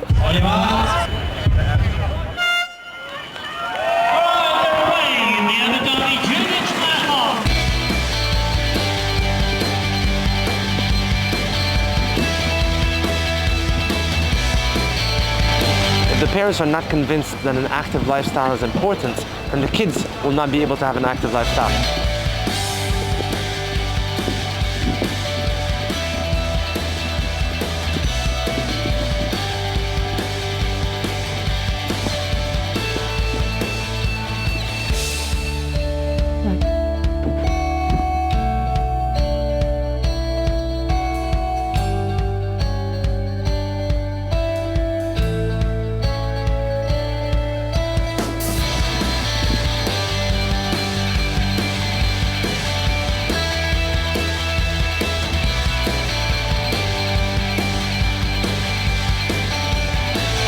This was an unbelievable event. This was everything that I ever dreamt about. I am proud of them. I am proud of what I saw today. I loved what I saw. These are the future of triathlon, right here in Abu Dhabi.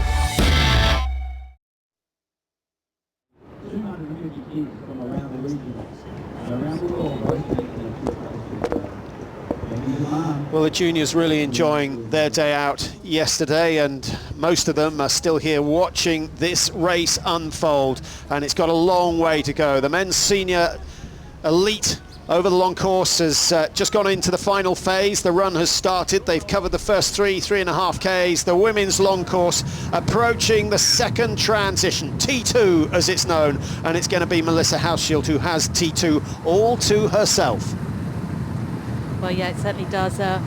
Michelle Vesterby, our last timing was 1:27 behind, so that's not a great distance. We haven't got the latest timings yet, so we don't know if she's gained or lost time on Melissa, but certainly it's Melissa Hauschild all the way into transition on her own. And you mentioned earlier how important it might prove to be that she does all her training in hot weather, living in Australia, and a big advantage. She won't be phased by the heat, whereas a lot of the British athletes, the age groupers that have come out here, will be thinking, well, they won't have experienced anything like this ever in the UK. Yeah, very, very, very tough when you don't have time to acclimatise, but certainly Melissa said that she's really relaxed with these conditions. It's something she's completely used to. And of course there is the question of a little bit of jet lag. What is it, 5 hours difference between the UK and Abu Dhabi? And the plane I was on, a few of the athletes arriving very, very late, which is surprising. But if you've only got the weekend off, you have no option. There is a theory, though, you either come in with a lot of time to acclimatise, or you come in really late so that your body doesn't actually have time to adjust to the new time. And that's the way a lot of the coaches like to work, so actually probably coming in really late isn't such a disadvantage.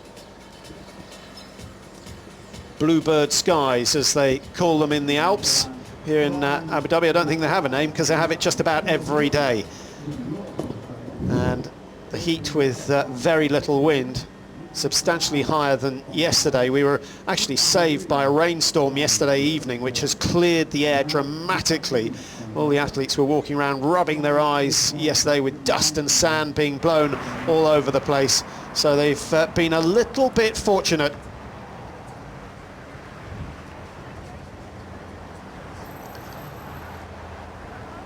Well, the age groupers in their thousands turning out today, and as well as some pro athletes. We've got a few celebrities here as well.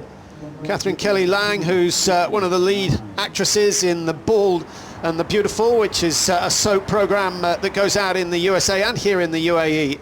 And she's been out on the course, and she's also had a chance to see some of the sights in Abu Dhabi.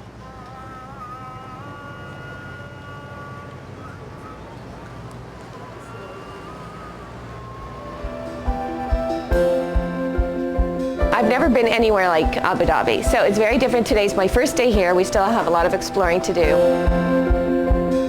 The people are wonderful. Everybody's very sweet, very warm, very welcoming, and it's just been a pleasant day so far. I just want to see the architecture and things that are, you know, what make Abu Dhabi well known and what people come to visit.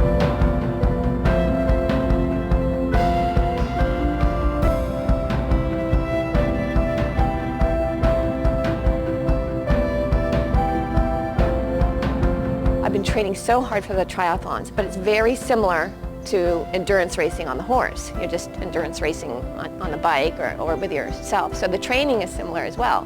So the way I train my horse, I kind of have to train myself, and nutrition and all of that. So it's kind of interesting. I love endurance sports. Triathlons keep you really motivated, really focused, really in shape. You have to really learn how to schedule, and you have to make a serious commitment. I mean, it's a lot to do. But I like to do that. I don't like sitting back and doing nothing. So I like to challenge myself, and it'll just definitely give you a challenge. It's fun to try. I mean, if somebody wants to try a sprint, that's not so much. You know, the mileage is short and it's fun, and if they can swim, bike, and run, and they go out and do it, they'll have a blast, I'm sure. I want to finish, I want to do well, but I just want to finish and feel good.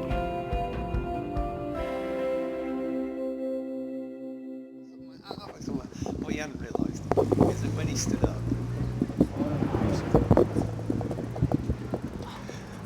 these are the leading men, and Tyler Butterfield just going ahead of Sylvain Soudry. They are the two leading men in the long course event, going for the big bucks here. Fantastic prize purse of $195,000, and that's one of the factors that's attracted the athletes. But the other is that this race is so well organised, and all the athletes have a big smile on the face. There was a fantastically jovial attitude at the start, maybe not 2 or 3 minutes before the start of the race, but in the transition area as they were just preparing themselves, trying to pick out on Frederik van Leerde, who is the defending champion. Number 9, that's Bas Deerderen. Apologies for misleading his fans. We thought he'd dropped off the leading group, but no, he's sticking at his task and going pretty well. There's Van Leerde behind him. Still looking pretty strong, Van Leerde, I would have thought, Annie. Yeah, but legs certainly looking just a little bit heavy. And if you looked at Tyler Butterfield going through, he looked very much like a sort of a 10K runner rather than a half marathon runner, very light on his feet. And I think he's, as I said earlier, he's really grown in confidence. His wife is hilarious, Nikki Butterfield. She gives him a real hard time, you know, whenever he's had doubts or anything like that. She just goes, you know, get out there, don't leave anything behind. And, you know, and he's really taken note of that, I think, you know, and he's become, you know, a much braver athlete and prepared to, you know, really put himself on the line. Well, he's another man, well, like James Cunnama, who's comes from a family of athletes. Tyler Butterfield exactly the same. His father was a rower. In fact, both his mother and father very good marathon runners, and they will have imparted some of their knowledge He's all out on his own at the moment, a man who's aiming for the Ironman World Championship title. That's what he wants to bring home, but he's also put right at the top of his priorities medaling at the Commonwealth Games this year in Glasgow. On this sort of form, he could well do exactly that. But at the moment, his mind is all set on winning the long course, and the job is not done yet. Far from it, because Sylvain Soudry is still looking pretty comfortable in second place.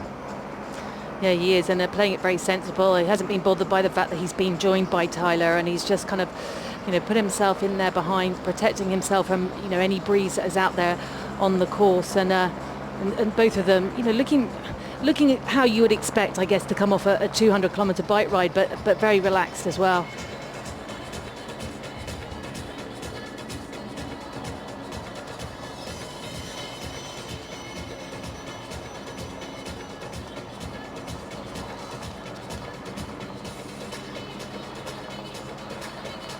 Sylvain Soudry looks the slender athlete of the two, but actually they're both weighing at almost exactly the same. Baz Deerdren, not the classic running style that you'd expect from a world-class athlete, but what he hasn't got in style he makes up in psychological strength. He's got to grind this one out if he wants to finish on the podium. And who knows, with two men side by side up the front of the field, there's every chance that they may get the pacing wrong.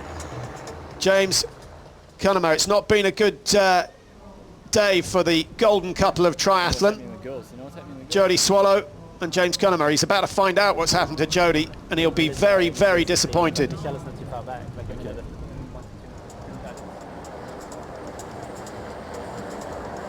Interested to see there what Baz is wearing, all that black. I don't know about you, but I think I'd be preferring to wear white in this kind of heat. Yeah, surprised to see so many black cars out here in Abu Dhabi. There are a fair few white ones, but there are some very flash black ones, which may look good, but certainly they feel pretty hot. But with all the air conditioning that goes on, I don't imagine that's a problem. Confirmation there of our leaders. First place Sylvain Soudry, but as we said, he's closely followed by Tyler Butterfield. And I think the interesting thing that's happening here, we didn't expect to see Frederick, did we, drop back? We really thought that this race was his to lose. Yeah, absolutely. Kanema, I think, has just heard the news that Jody Swallow took the wrong... Not the way I wanted it to go. Has taken the wrong loop, and as he says, it wasn't the way he wanted it to turn out. Well, he stuck with that leading group for a long, long time. And the constant pressure from Tyler Butterfield, I think, starting to show. Sylvain Soudry now dropping some 20-25 metres off the pace. And this could be a decisive move coming in from Butterfield. He wouldn't be pushing the pace if he wasn't feeling good, but he's got to remain feeling good for at least another 35 minutes.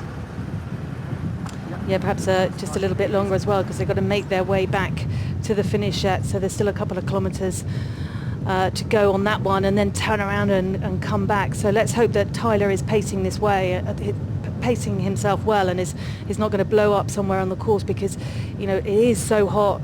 We saw Annabelle Luxford coming across the line in second place in the short course race, and, you know, really overheated, sort of swaying all over the place. You know, the heat certainly had got the better of her. Well, I wonder how many of the long course athletes are now wishing that they'd entered the short course race. Svenja Baslen, of course, of Germany, was the winner of the women's short course event in 3 hours 13. It's time to have a quick chat with her. Amazing race, and I have to say, you look absolutely amazing. You don't look like you've done a thing. Thank you very much. I guess I look better than I feel, because I feel really tired, and I'm pretty happy that it's over now.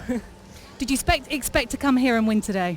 Well, good question. I mean, you never know anything, but I hoped it. Let's say it like that. You spent years racing over short course. What's it like to come and race long? Less pressure or more pressure? Well, for me, it's less pressure, because you are doing your own thing. You are not. You don't have to go. You don't have to make the race so tactical. So you just do what you can, and that's what I really like. And just tell us a little bit about the race conditions out there. Tell the watchers, just what does it feel like racing out there? It's so hot here. Yeah, actually, but it was pretty hot. Well, the swim was really nice. We were just 5 girls, so it was nice to swim in a little group. Then on a bike, I knew that I have to make the race on the bike, so I pushed pretty hard, and I tried. Well, I think I overtook Annabelle at the first K, and I pushed then, and the Yasmarina's court, it was pretty cool. I really liked it. And then, well, the run was a bit confusing with all the turns and everything, but at the end, 10Ks are 10Ks, that's what I thought, so it was not a problem. And the big talk in the commentary box was about you going long. You're obviously so strong over the distance. Any thoughts about coming here next year and racing the long distance race? Well, yeah, maybe. I mean, actually, I wanted to do the long one this year, but when I passed the turning point for the long distance, I was so happy that I chose the short one, and I think that's really my distance. So let's see what I'll do next year. Congratulations, Fenya. Thank you. Well, we'll look forward to that next year. Let's pick up on the women's race. Of course, Melissa Hauschild has already been in and out of transition number 53 and looking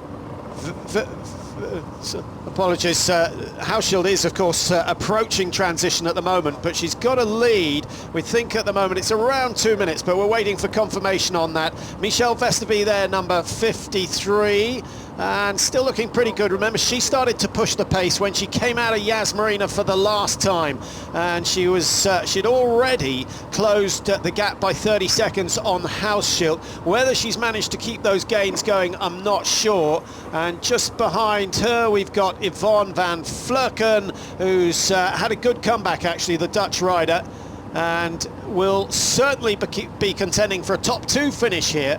Whether she's got it in the legs to chase down Melissa Hauschild, we'll have to wait and see. Yeah, a lot of experience Yvonne has over the long distance. She's a multiple Ironman winner, 4th in Kona last year, and back now to our leader in the men's race, and I think he's just great, gaining confidence and strength with every kilometre that passes. He knows he'll be able to see on the course where everyone is, and I think on the turnaround point he would have been pretty shocked and happy to see Frederick, a good couple of 100 metres back. Everything looking pretty good at the moment for Tyler Butterfield. If he's pushed too hard, if he starts to tire, what are the first signs that we'll pick up on? Well, I noticed earlier that his head was sort of swinging around a bit, but I don't think he has a particularly sort of neat running style. The cadence will drop, just the whole core will drop. You'll notice that with the runners, they're not so up on their feet. At the moment I'm pretty confident that all is well, but, as we said, he's still got about 12 kilometres to go. In this heat, that's going to feel like, double. Blasting his way past a couple of the age groupers who will be suitably impressed. Whether they're quite aware that Tyler Butterfield is the leader of the long course event here, the blue ribbon event here in Abu Dhabi. Having said that, the short course is getting more and more popular. I think more athletes thinking that it's slightly easier to cope with the short course at the start of their season, but it is a really good test. Now, this particular area was in the shade when the 2 Brownlee brothers came through. As you can see, the sun's got higher, the temperature has done likewise, and refueling and recooling. Really sensible decision there to take on the water, to take on the sponges. It will really help drop the heart rate a little bit. Here is the leader of the women's event, Melissa Hauschild, getting closer and closer to transition 2. And if she can get in and out before Vesterby and van Vleuten arrive, that will be a big psychological advantage to her, because the others won't really know where she is until they get to the turning point at 5 kilometres on the run. This is an athlete that it would be really interesting to see race over Ironman distance. She hasn't chosen to do that. She always shakes her head when you ask her if she wants to go, properly long and do the marathon at the end of it. And she says, for the time being, no way, this is plenty long enough for her. But I know there's a lot of Ironman athletes out there just waiting to see what she can do over that distance. Well, the money is in the longer distance, but you can't do as many long races in a season. You can't do as many Ironmen as you can half Ironmen in a season. and she's being very, very successful at the 70.3 marker, so why not stick with it for a while? And most athletes change when they find they can't keep the pace at the shorter distance. Then it's time to step up. Yeah, and what a phenomenal year she had last year. 11 victories and 6 course records. I mean, you know, she's just taken this distance really and made it her own.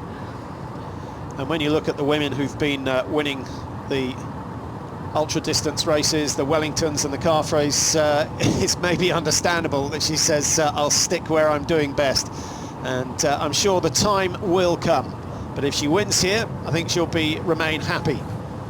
It will make it 2 victories in succession for Hauschild. Has been done before. Julie Dibbons came here in 2010 and won, and she came back in 2011 as won as well. So it'll be very interesting to see if Melissa can back last year's victory up with another victory today. And at the moment, it'd be a hard man to put any money against her, wouldn't it? 5:55, 20 kilometres running on the road. She's not going to be able to beat the hour time for that, but I think we could be looking at a winning time of around 7:8, 7:9, 7:10. Yeah, time last year was 1:16 for that 20-kilometre run. Sylvain Soudry on the course. Now, last time we saw Soudry, he was in 2nd position, but he has certainly dropped the pace since he was running alongside Tyler Butterfield. And don't forget that he still has competition behind him, because we've got Bas Deerdren, who is just ahead of the defending champion Frederik van Leerde. So I think there are a few changes in position that are still likely to happen here in the men's long course event.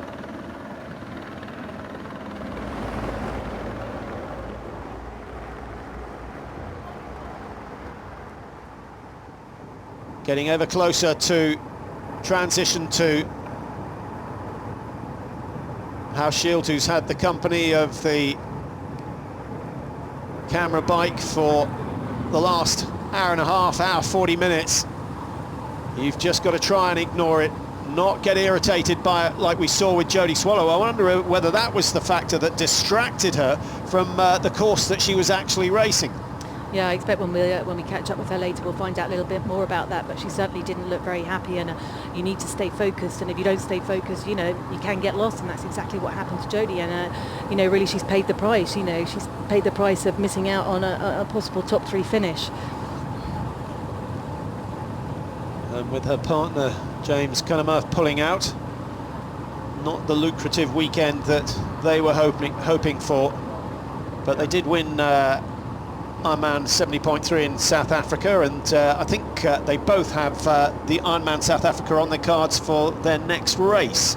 Yeah, they do. And then I talked with Jodie about her plans to go on down to Boulder in Colorado and train with her coach Cyril Lindley, you know, on a day-to-day basis, which I think works a lot better than when you train, you know, via the internet. So it's going to be interesting to see what Jodie does this year under the guidance of Cyril Lindley. How important is the coach in the long distance triathlons? Well, I think it's massively important. I think there are very few athletes that really succeed, you know, or do very well without the guidance of a coach. And you know, these guys know what to do, but you need that confidence of having that person to tell you what to do. You don't really want to think about it as the athlete. You want someone to tell you what to do. And how available are these top coaches? And what does it cost? As we have a look at Tyler Butterfield, the leading man, with the red tri-vest on, or half on, but the coaching system, do the coaches vie for the athletes, or the athletes vie for the coaches? Well, that's an interesting question. We'll have to ask a few of them. So here we go with Melissa Hauschild finally arriving at T2. The 200-kilometre bike ride is completed, so that's 203 kilometres that she's already covered today, once we include the swim at the start of the day. 20 more to go. Applause from those fans, perhaps one of her helpers on the side of the track, going into a run. This will be a painful stretch, coming along the red carpet without the running shoes on. Certainly increases the impact that you get through the pavement. And the gap far, far smaller than we were expecting. And I think we have to give credit to Yvonne van Vleuten of the Netherlands, who's done a lot of the hard work over the last 3 or 4 kilometres on the bike. She's also helped Michelle Vesterby into a strong place. And Rasmus Henning is out in the transition area. It would be interesting to see what's going on. Rasmus, what do you pick up from the pictures you can see? Yes, I've got Melissa running through here. Looking very good, Melissa. She's taking off her helmet there. She looks pretty light-footed. She looks all right. But there's Yvonne coming in already. So having had a lead of 2 minutes, Rasmus, do you think Hauschild will be surprised that the margin less than 1? It's down to about 40 seconds.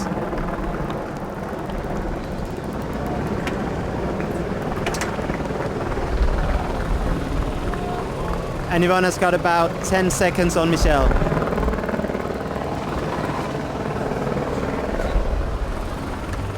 And what do you gather on the form of Michelle Vesterby? She looks strong on the bike up at Yas Marina, but of the two, Van Vleuten and Vesterby seem to be the ones struggling in the closing stages of the bike ride.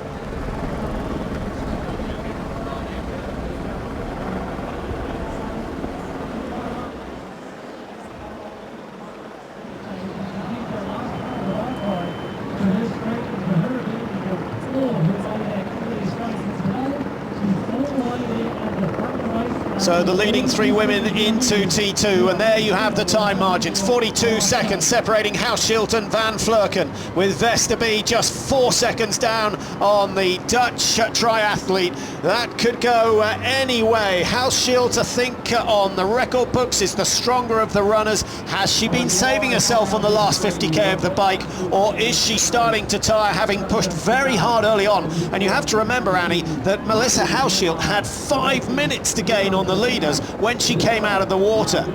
Yeah, it'd be interesting to know what her coach, the advice her coach gives her.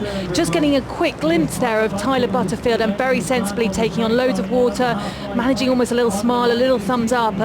He looks tired, but at the moment, still looking pretty confident. So he's completed his first 10-kilometre lap, and well, everyone is grabbing the water when and where they can, but to see him grabbing 3, 4, 5 cups of water may be a suggestion that he's starting to feel the heat, feel the pace that he set early on. He's over halfway on the run. He's got about 95% of the race completed, but the last 10 kilometres are always the hardest. Only some 50 metres behind Tyler Butterfield. We've got Melissa Hauschild just behind Butterfield. She won't be living off the pace that Butterfield is setting, but it might help to know that there's some of the long course athletes around her. Yeah, Tyler Butterfield mentioned that Melissa Hauschild actually ran faster than him last year, so I'm wondering if he's going to notice her coming at the moment, coming out of transition and looking really strong on that red carpet. She looked like she was hurting a bit, but she certainly got into her rhythm, and Tyler might be glancing over his shoulder and checking he's not going to be chicked on the run.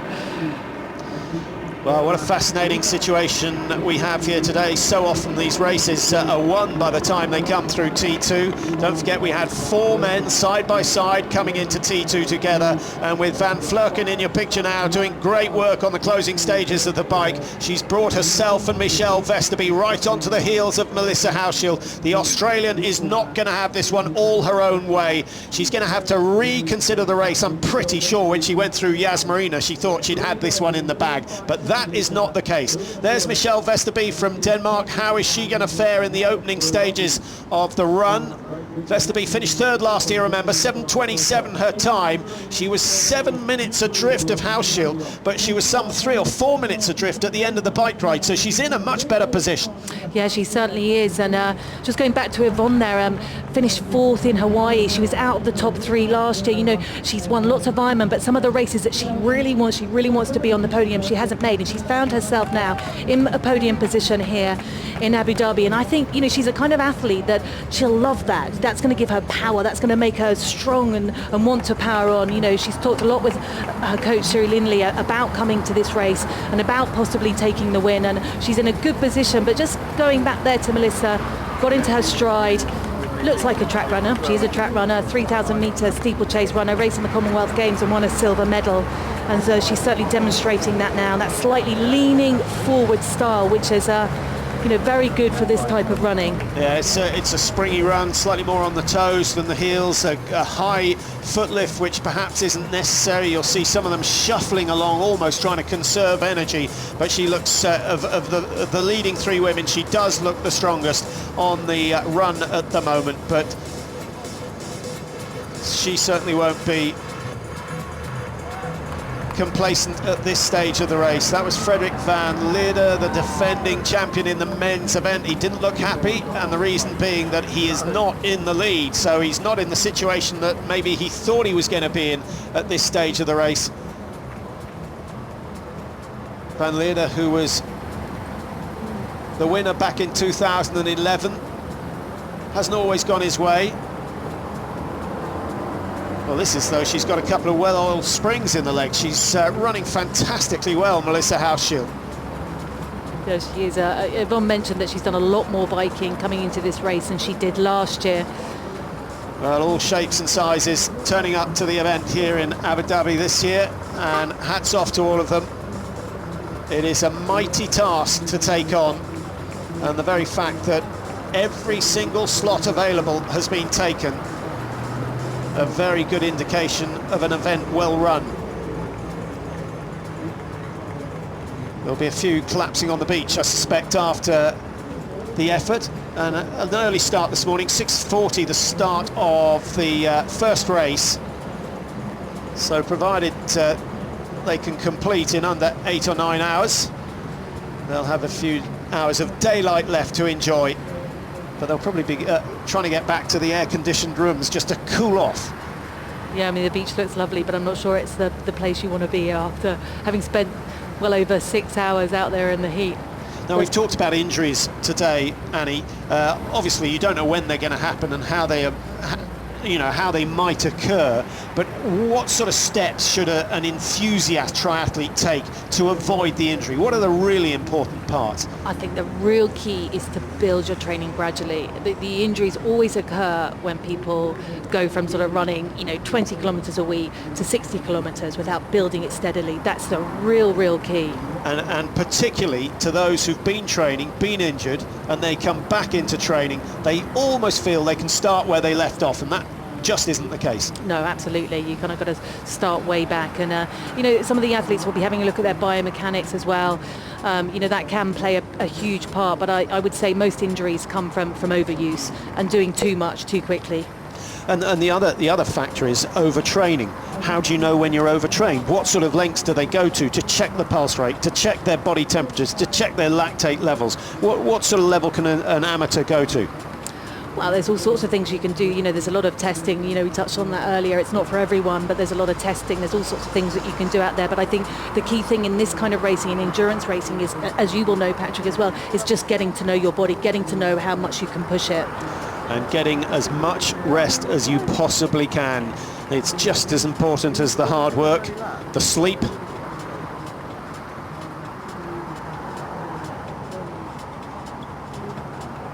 The footfall of a long-distance triathlete, that's Bert Jamar.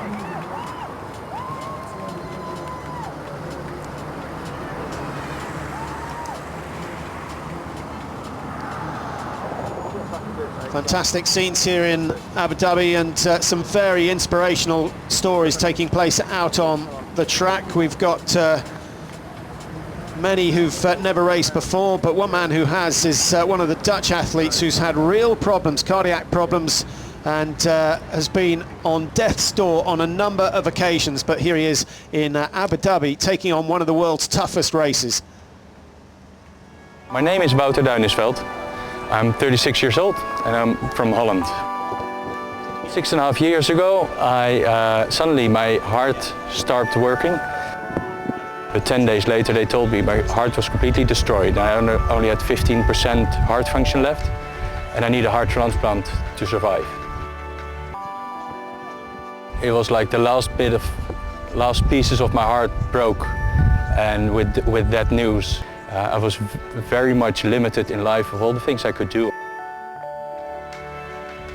Only 10 months later I received a new heart and could work on my recovery.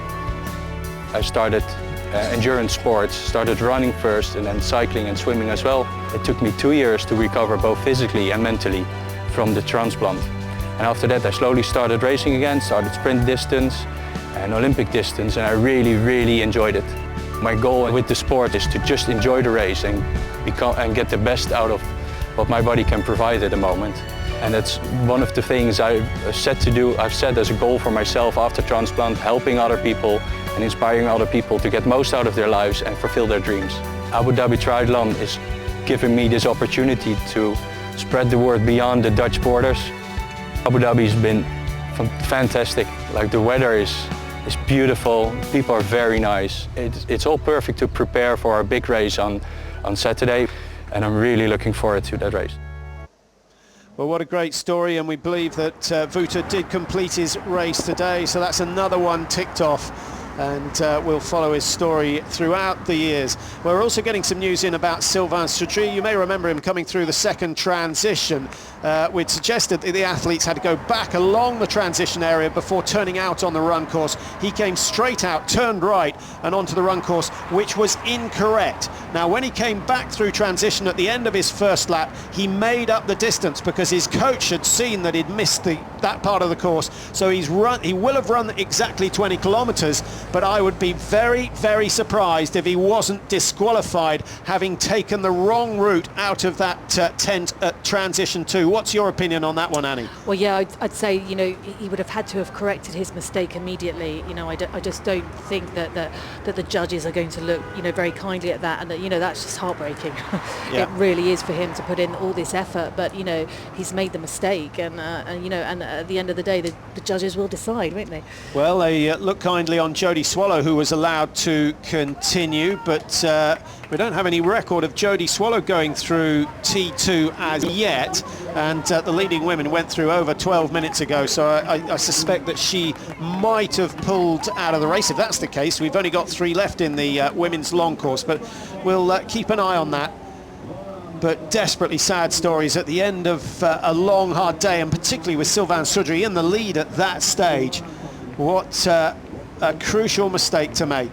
Yeah, well, let's keep our fingers crossed and just wait to find out what does happen there.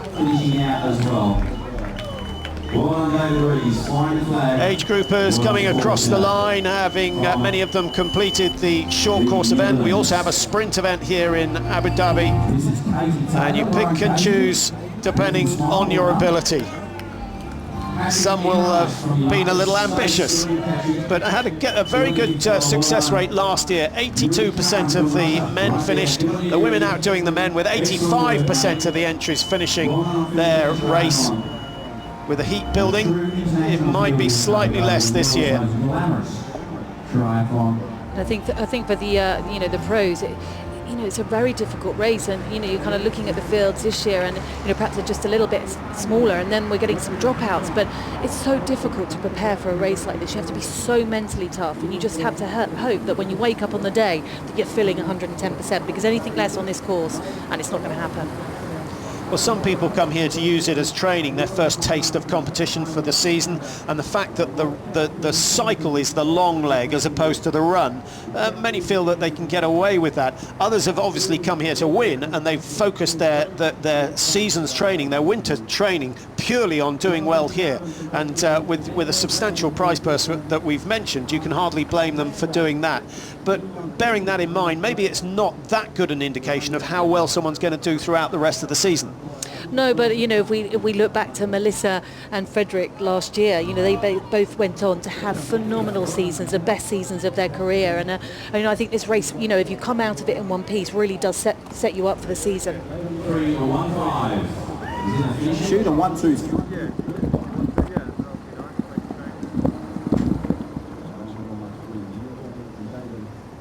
The leading lady, Melissa Hauschild, no slowing in the tempo, no shortening of the stride as yet. The core looking very strong indeed. I think many people ignore the core areas, the abdominals, the back muscles that help you hold your form when you're running. And Hauschild, for me, still looking very solid. Rasmus, welcome back. Plenty of stories going on out in T2. With Sylvain Soudry, missing that first little bit of the run course and trying to make up for that. I was out there while he was doing it, talking to his coach or his friend out there, and he definitely he was gutted about it, and he was shaking his head for making such a stupid mistake, but he was trying to make it up to cover the distance, and we'll see if the ref will look gently at that afterwards. I doubt it.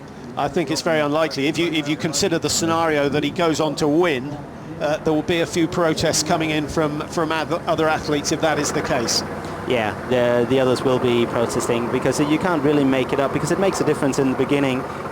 He made a fair ground on Bastideren and Fredrik van Leerde by doing this, and that might have disturbed their mental state, etc. So you can't really say, well, I covered the distance afterwards. But and in contrast, Jodie Swallow went from first back down into fifth, so she didn't affect anyone, although certainly Hauschild would have been surprised to find herself in second. Vesterby would have been very surprised to find herself in first in the women's race. Jodie Swallow, incidentally, has gone through T2, 14 minutes, 14 seconds off the pace of the leaders. She'll try and see this one out, because there's still good money on offer for fourth place today, although it's not the 40,000 that she was hoping to pick up for the win. No, but with her boyfriend James Cunnama out of the race after the bike, she'll want to take home some kind of money today, and she should fight for that fourth place at least. And you never know, in a race like this, you could have somebody standing at the side of the road with huge cramps towards the end of it, or walking, and although it's very unlikely to make up 14 minutes, you have to believe it. You have to stay in the race and try and get as most out of it as you can. And as Melissa Hauschild knocks out the meters, which turn into kilometres, and before she knows it, she'll be completing the first lap. James Cunnama, was there any story behind his withdrawal, or was he just not feeling 100%? No, he was. He had a very, very late arrival here to Abu Dhabi. Only got in yesterday morning after being held up for a couple of days at the airport of Johannesburg for visa reasons, and he evidently wasn't, ready to race. He wasn't fresh at all. He told me afterwards, and he tried to do his best on the bike, tried to stay with the group as long as he could, but he was just empty out there, and then he tried to make the rest of the bike, but he was clearly totally kaput when he got to T2 and opted to finish his day there. Well, it takes a brave man to pull out of a race like this. Many feel that would be the easy option, but actually as an athlete it's very difficult either to decide not to race or to pull out once it's started.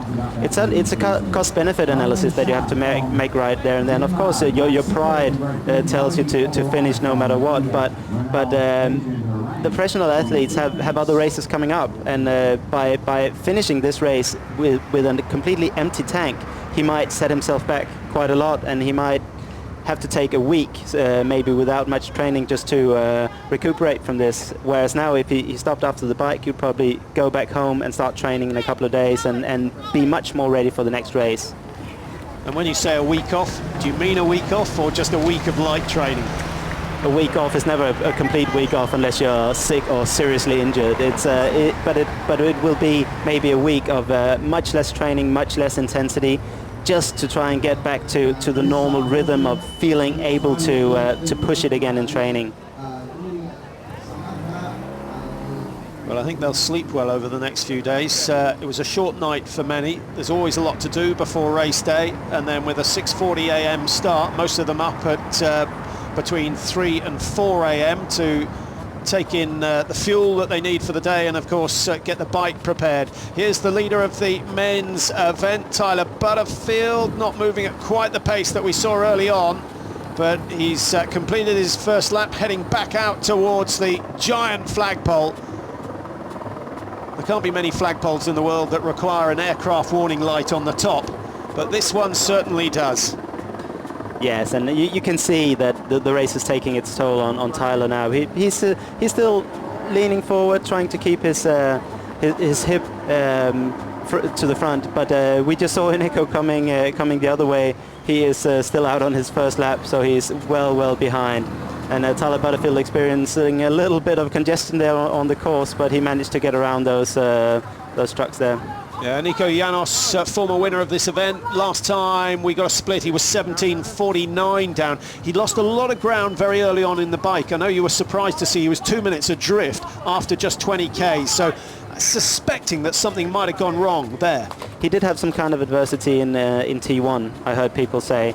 I don't know if it was down to his own fault or if something outside was affecting him, but apparently he was like maybe 15 seconds off the pace of the first 7 guys as they entered the Corniche and got on their bikes. And if you're not super strong, that takes a lot of power and energy to close 15 seconds if the people are going out at 45 k an hour.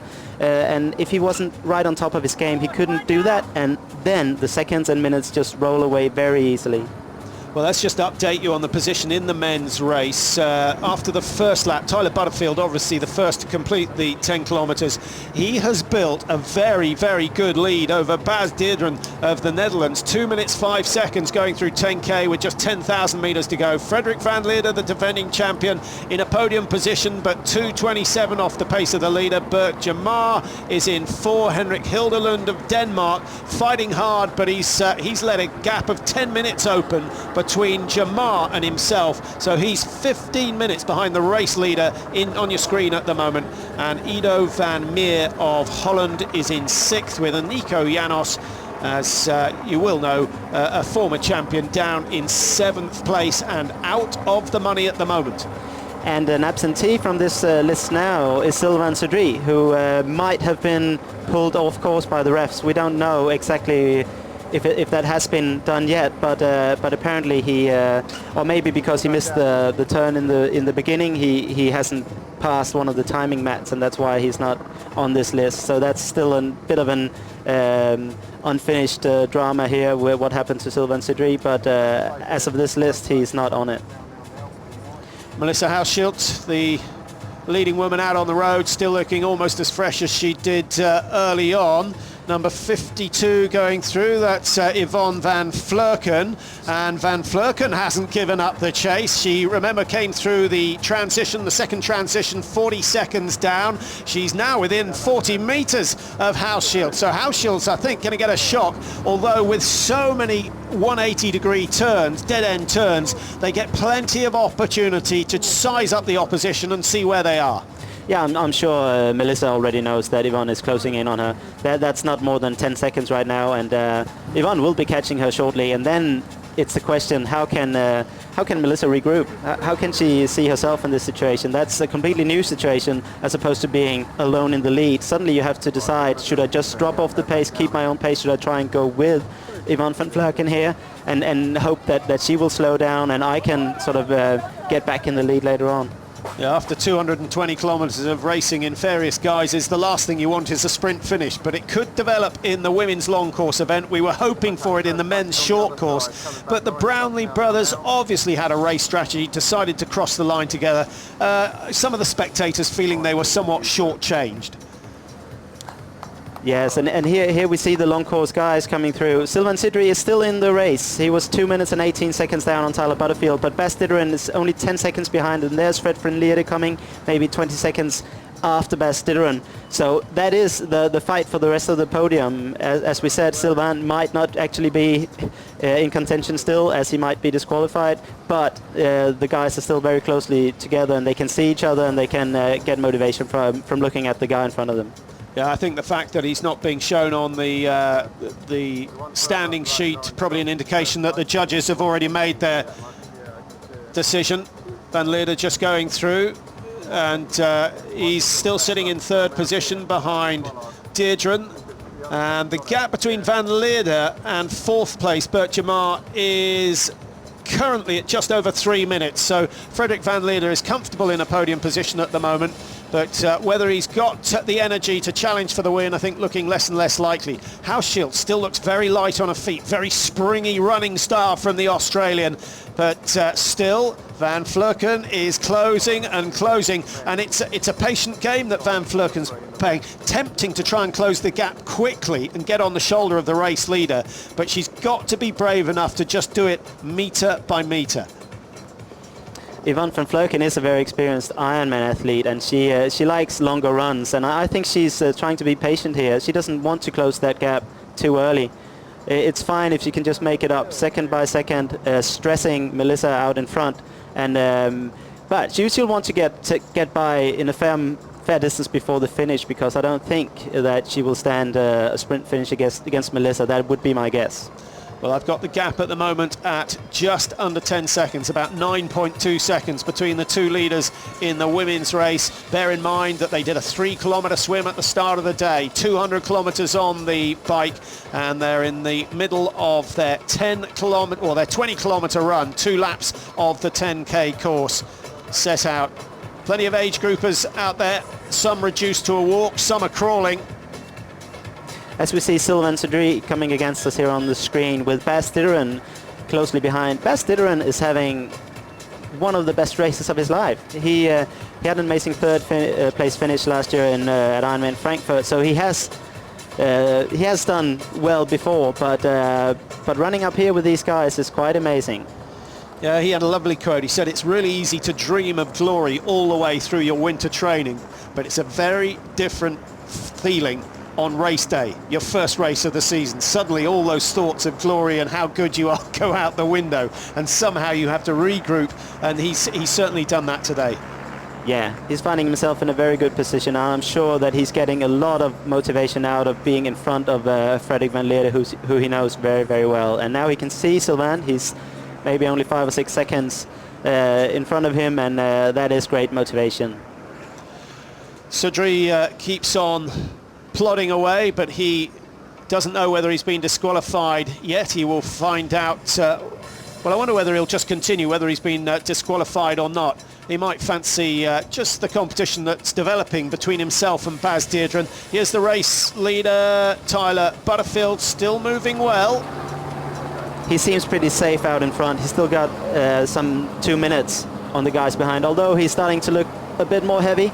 I think he's confident that he can take it. The guys behind him are not looking like 10K runners anymore. They're all really tired. They're all really hot out there, and nobody is finding this really easy. But here's Michelle Vesterby.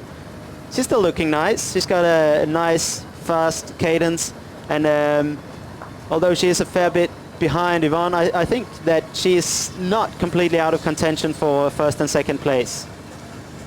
Well, Vesterby, compatriot of yours, of course, and a swimmer early on in her career, or? She was a swimmer, and she's been doing triathlon for the last 5-6 years now, but within the last couple of years she's been doing really well with a top 8 finish at Ironman Hawaii last year, and a 3rd place here in Abu Dhabi. She had a really good season. She has been better on the longer distances. She rarely races even half distance, but she really loves the Ironman and finds her own strength coming really into play the longer the race. So we have 3 women contending the title on their long course in the men's. Tyler Butterfield still comfortably out front. Here he is. He had a fantastic result, second in Cozumel in Mexico in December last year, beaten by Michael Weiss on that occasion, with Nico Llanos actually in 3rd place in that race. And he had a brilliant performance in Kona with his 8th place, I think it was. 8th place, I think it was 8:24 his time, just over 8:24, so a very respectable time indeed. And as we mentioned earlier, one of his aims for the season is to win the Commonwealth title, which is run over the Olympic distance. I think he's going to struggle to win it, because Brownlee will be there, Alistair Brownlee, Johnny Brownlee. I can't see them being left out of the British team. No, I think that's a very hard goal he's set himself, to win the Commonwealth Games. On the other hand, he is doing really well and improving still in the longer distances, and what he's doing here today is amazing. Backing up his wife, Nikki Butterfield's win 2 years ago, same year as I won the race. And he told me, I talked a lot to him the other day, and he said that their agreement between them now is that she is taking it a bit more easy now at home with the kids, and really supporting Tyler in his efforts to fulfill his potential. And he's saying she's being like the the tour operator for him, the manager, fixing everything for him, making sure that he just has to focus on his training. And having somebody to support you like that at home is such an important thing for these athletes. Yeah, it makes a massive difference, having someone who can answer the phone and open your mail so you don't have to do that. But seriously, if it buys you an extra 20-25 minutes in the day, that's time that you can spend sleeping, or it's time that you can spend eating that you might otherwise not have. And what I like is the fact that Tyler was so appreciative of that and realising that that was a massive factor in his recent success. It is playing a big part of his success, I'm sure. But he's been supporting Nicky for several years, being slightly in the background, and he's enjoying the freedom now. As he's coming back on that little on the dam, coming back out from the Marina Mall in that part of the town. This is exactly, if I may tell that story, where I caught up with Faris Al Sultan 2 years ago when I won this race. He was leading by 4 minutes coming off the bike, and I was slowly gaining time on him. And right around here, where we see Tyler passing now, is where I caught up with him. I stayed with him for maybe a minute or two, and then I accelerated as hard as I could, and he couldn't keep up with me, and I ran home and could take the win. And Faris Al Sultan, on that occasion, he ended up, I think he was down in eighth position at the end of the day. No. That was in 2011. He took runner-up behind you, and the margin was just under the minute. So he stuck with it on that occasion. The previous year, he died badly in the closing stages. It's sad actually that Faris Al Sultan has never won this event, because he was one of the big supporters. Certainly played a major role in setting up the event and advising the local authorities on where it should be run and how it should be run. And I think he can take some pride in the fact that it's now such a popular event. Definitely, Faris has played a big role in building this race to where it is. Here's Bajamar. He's looking really good on the run. He looks like he's possibly making up some ground on the guys in front of him. Might be still too far behind to make a search for the podium, but he is actually looking pretty good. I think he needs his two kids, his two sons, Stan and Tiji, on the side of the track to cheer him on. That might be worth 30-35 seconds or so in the closing stages. Tyler Butterfield still looking strong. The stride length is shortened just a fraction. It has. This is not the part of the race where you really want to look at your stride and make that a school example. This is something that you can take home and work on, because you also need to be good at running with a good form when you're getting tired, and that's definitely something that Tyler, as well as all of us pros, continuously should be working on, because it's easy enough to run when you're fresh, but what happens when you get tired, and can you still keep that form? What do you need to improve? What do you need to focus on in this situation? Yeah, but for the average person, if they run 200 meters, they start to feel tired, and their technique and their body form all falls apart. So it's very easy for them to train it. For Tyler, he's got to be out for 3 hours running before he gets into that sort of situation. So it's a hard thing to train. Yeah, what you can do to simulate it is go out and do some really long rides when you're out, maybe 150, 200k on your bike, and then you go out and do 10-15 kilometers of running after that. That will bring you into this sort of similar situation that you can really work on it. Also nutrition-wise, it brings you in the same kind of feeling that your body will have at this point of a race. Just give us some idea of the percentages of training, the long distance versus the interval versus the gym work versus the rest.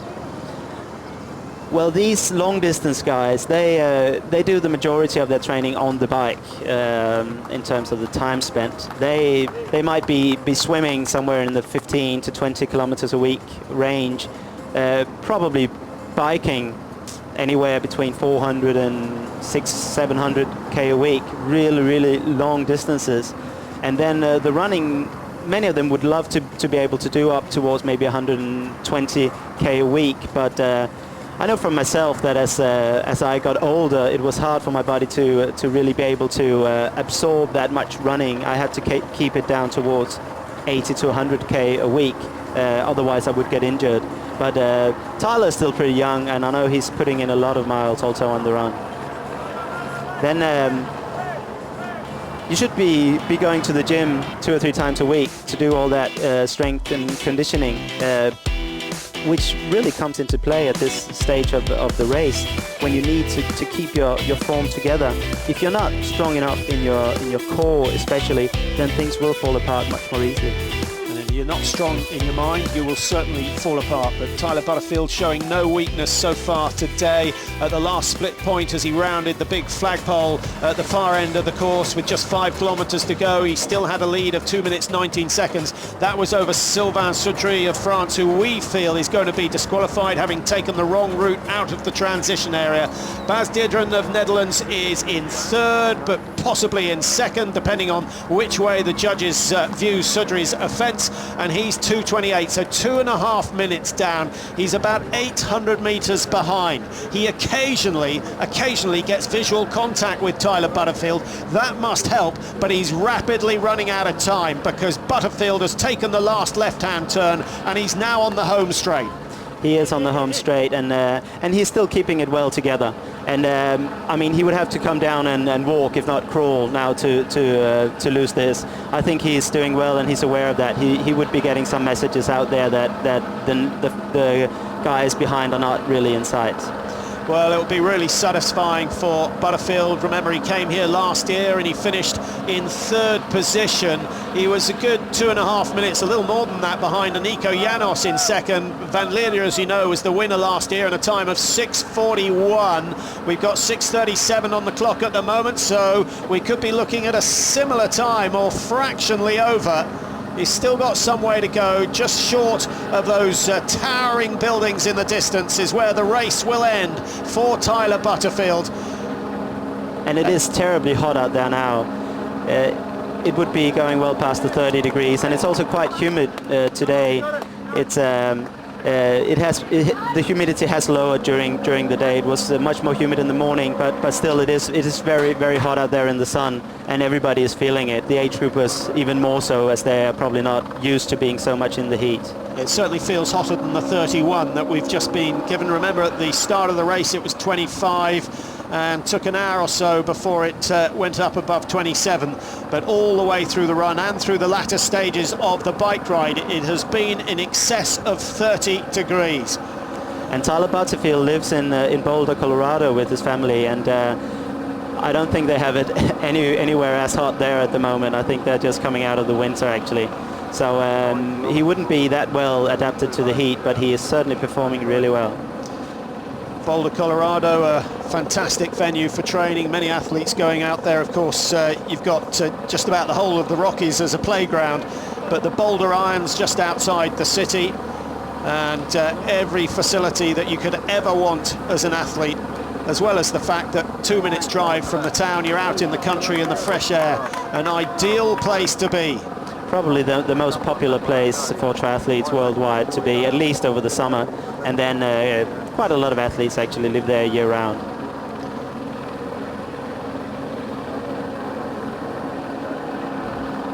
Quite nice, although in the early stages of the run, Rasmus, it was very busy and there was always the danger of being obstructed by one of the age group categories, but now as the field spreads out, it's quite nice to have athletes to run past. If you're on your own, as Melissa Hauschild was on the bike for so long, that can start to play with your mind. But I think Tyler Butterfield taking strength from the runners that he's going past, most of whom are congratulating him on his performance. Yes, it's actually not a bad scenario for him. He can sort of just take them one bite at the time, and also feel the support, because I know running in that position, you're sucking in everything, and the age groupers think it's kind of fun to be passed by the winner, and you just have to suck it all in and believe that everybody is cheering for you, although they might be cheering for one of your competitors. On the negative side, when he looks behind him, as he has been doing over the last couple of minutes, there are so many athletes that he's absolutely got no chance of picking out Bas Diederen. There's no way that he knows whether Sylvain Soudry has been disqualified or not. So there's that little bit of doubt, and perhaps better just to concentrate on the job in hand. The two leading women now pretty much side by side, and Hauschild has been caught by Van Vleuten. Hats off to Van Vleuten. That's been a good drive, gaining 40 seconds on the run so far. far, but there's still some way to go in the women's race. Tyler Butterfield into the closing stages of the 2014 Abu Dhabi International Triathlon, and again he looks over his shoulder, but he's not really in any danger. We're estimating a distance of 850 metres between first and second place, and Tyler Butterfield, as Rasmus has said, could crawl from here to the finish and he would still take the first prize. But no matter how confident you are that you're well ahead, you still have that tiny bit of worry inside. What if somebody is coming up from behind? What if the people that have given me messages out there are wrong? Maybe they have missed somebody. So you got to make sure. It would be devastating for him to be passed on the final stretch because he wasn't aware that somebody was closing in. So you gotta look behind sometimes, but still, it's also a sign of him being really tired at this point. He's so much looking forward to finishing. Here we see a second place, probably now with Bas Diderot right in front of the two girls. They came out on the run just as he was passing, so they have kept almost the same pace as the second male on this lap. So the girls are certainly running fast, and it's going to be a very interesting last 10-11k for the women. They still have one lap to go, of course, and that will be difficult for them because they know that the men are going to break to the left and they'll have their feet up in the air within 40 seconds of finishing the race, and the relaxation, the celebrations will have started. And into the finish now with Tyler Butterfield. He turns to the left onto the red carpet. He's been dreaming of this for the last half an hour, but finally the dream is going to come true. Third place with a very impressive performance last year. This year even more convincing, and he is about to claim the title here in Abu Dhabi. A $40,000 check is coming his way. Nikki Butterfield, his wife, will be watching and celebrating, and the two kids, well, they won't really know what's going on, but I'm sure in years to come they're going to be very, very proud of what their dad has done today. Tyler Butterfield of Bermuda taking the title here. The long course is complete. He is the champion. Excellent job here by Tyler Butterfield. Certainly the biggest victory in triathlon to come to Bermuda. Excellent work after his second place in Cozumel in December. He hasn't raced since then, but he's produced the performance of a lifetime today. And it will be interesting to see now what's happening behind him, whether Sylvain Sidri is going to finish. There he comes, ready to turn to the left. He's still probably in second position. No, there is Bas Diderot. He's coming across the line now, so he will be second no matter what.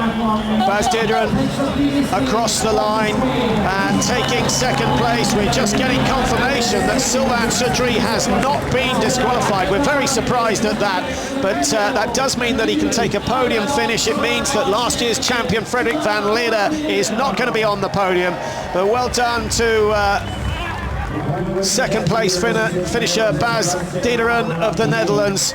A really strong performance from him throughout. He came into Team 2 level with the leaders, but just couldn't match the pace of Tyler Butterfield in the early stage of the run. Didn't lose much more time after the first 10 kilometres, so he stayed strong, but not quite good enough for the top spot. But a very, very good run, and as you say, Rasmus, probably the best performance we've ever seen from Bas Diderot. Yeah, definitely. That was a very strong performance, and he was only 47 seconds behind Tyler Butterfield across the line, so he did make up almost 2 minutes on the last 10k, so he must have really believed in himself and pushing it to the line. The Ironman world champion Frederik van Leerde. This is his first race since he took that title in Kona, but today it's not all gone to plan. Here's third place to Sylvain Sidri, despite that course mistake coming out of T2. If the rumours of the fact that he hasn't been disqualified are true, he's a very, very lucky man, and it's a decision that will bring him $7,500. And he will be mighty grateful for that. I think he owes all of the jury a beer tonight, and it does mean that Frederik van Leerde finishes out of the podium positions, which is a little bit surprising because van Leerde looked good, but thinking back to the bike ride, Rasmus, van Leerde did 80% of the leading. Yeah, obviously we didn't see we didn't have footage of them all the way, so he could have been potentially only leading when they were passing the timing mats. That does happen sometimes, that they were taking turns, so just by coincidence he would be in front of the timing mats. But we saw indications that he was doing a fair bit of the leading, and that told me originally that he was so much in control that he said he would rather keep his own pace than doing sort of that elastic cord up and down in pace by taking turns in front. But he might have burned his matches out there, done a bit too much, and then you don't get better than fourth. Perhaps the first sign that Van Leerde wasn't on winning form was the fact that he didn't try and put a burst in with 10-15 kilometres to go on the bike. He is a spent force here today. He'll be very, very disappointed. But 6:46.23 is still a very quick time. Is Freddie? And that's a quality field. Well done, Frederick. Congratulations, mate. And talking of Silla and Sedri, you know, if we take away the fact that he took that wrong turn, then he still had a stellar performance out there. That was a fantastic race by him, and he deserves being up there on the podium. You can't take that away from him, but you have to go the right way. Congratulations here from Silla and Sedri to Fredrik Van Leerde. Yeah, Van Leerde looking in a bad way. Remember his winning time last year, 7:20.29. The winning time today from Tyler Butterfield, a whopping 37 minutes quicker at 6:43.01. Astonishing performance. And the time, actually 6:41. My apologies, I was looking at Hauschildt's time from last year. So some 37 minutes quicker than Hauschild was last year. Fredrik Van Leerde 6:41.02. So marginally slower, although the time on the short course was much quicker this year, with the two Brownlee brothers going head to head. Well, I think some of the differences that played into it today was it was a smaller field. A group of 6-7 guys, as they were most of the way today, should go slower than a group of 20, maybe narrowing down to 8 or 10 as it has been in the past. Also, I think the wind looked really good early today, but it did pick up a little bit during the day, and that's why maybe the long course guys didn't go as fast as the short course. Now we're just trying to pick up on the leading women. Hauschild and Van Vleuten have been side by side. I think that could well be Hauschild up in the top right-hand corner of your screen, who's now opened up another 50 metres on Van Vleuten, who worked so hard for so long to close the gap. But Hauschild applying just the right tactics. Wait until they're level, then put down your foot and just pull clear. It's a psychological battle that Hauschild has won here, and she looks full of running now as she approaches the second loop.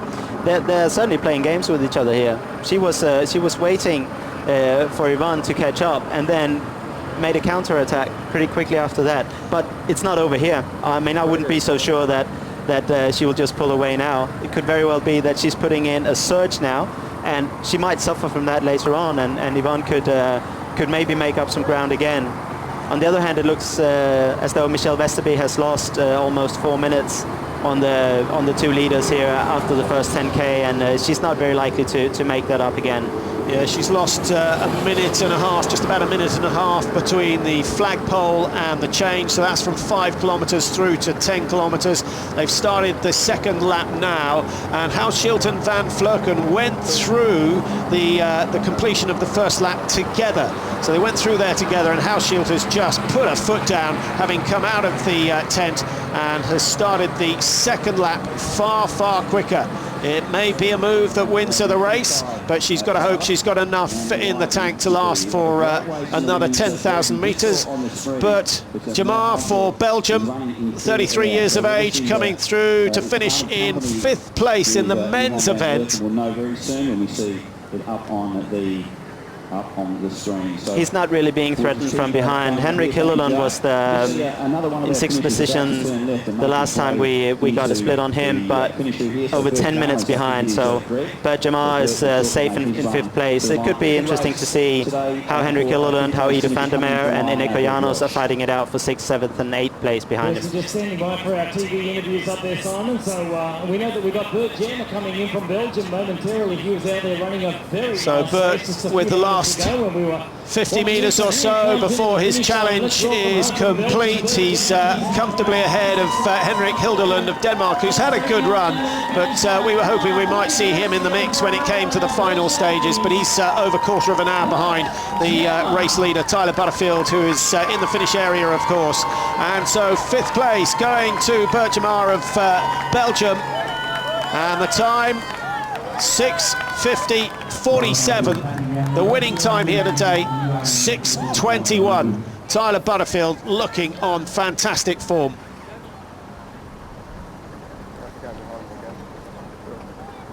Bertjemar, a good 7 minutes.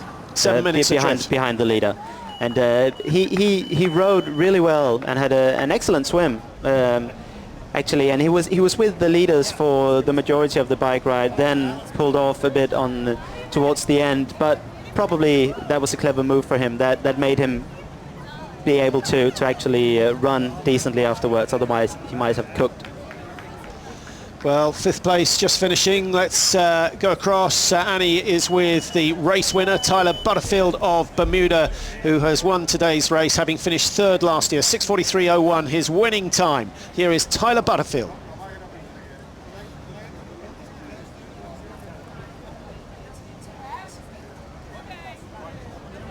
Tyler, well, your confidence grew when you finished 3rd here last year. What does it feel like now to be the champion at the Abu Dhabi Long Course International Triathlon?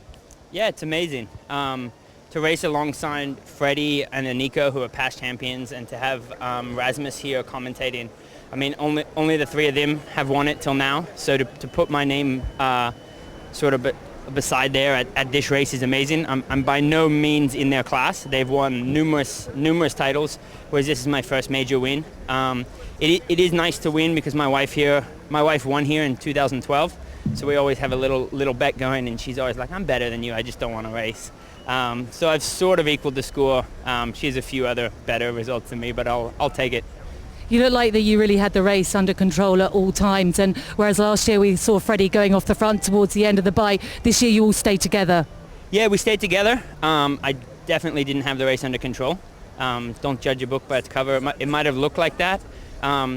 This is by far the hardest race I've done. Last year I sort of thought it might be the end of my career, and today I thought just win this one and then you can retire. I won't do that. I will go on and try and do other races really well, but it's a very tough course. It's very surprising.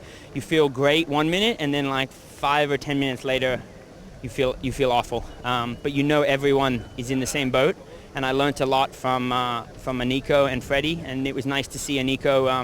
I know he didn't have a good day, but he pushed on, and on the last lap he gave me a high five and said enjoy it. The nice thing about this sport is the guys that are dominating are really humble, and they help the young guys coming through. Freddie's given me a lot of good words of wisdom, and that's what really counts. So you will be back here next year? Definitely, 110%.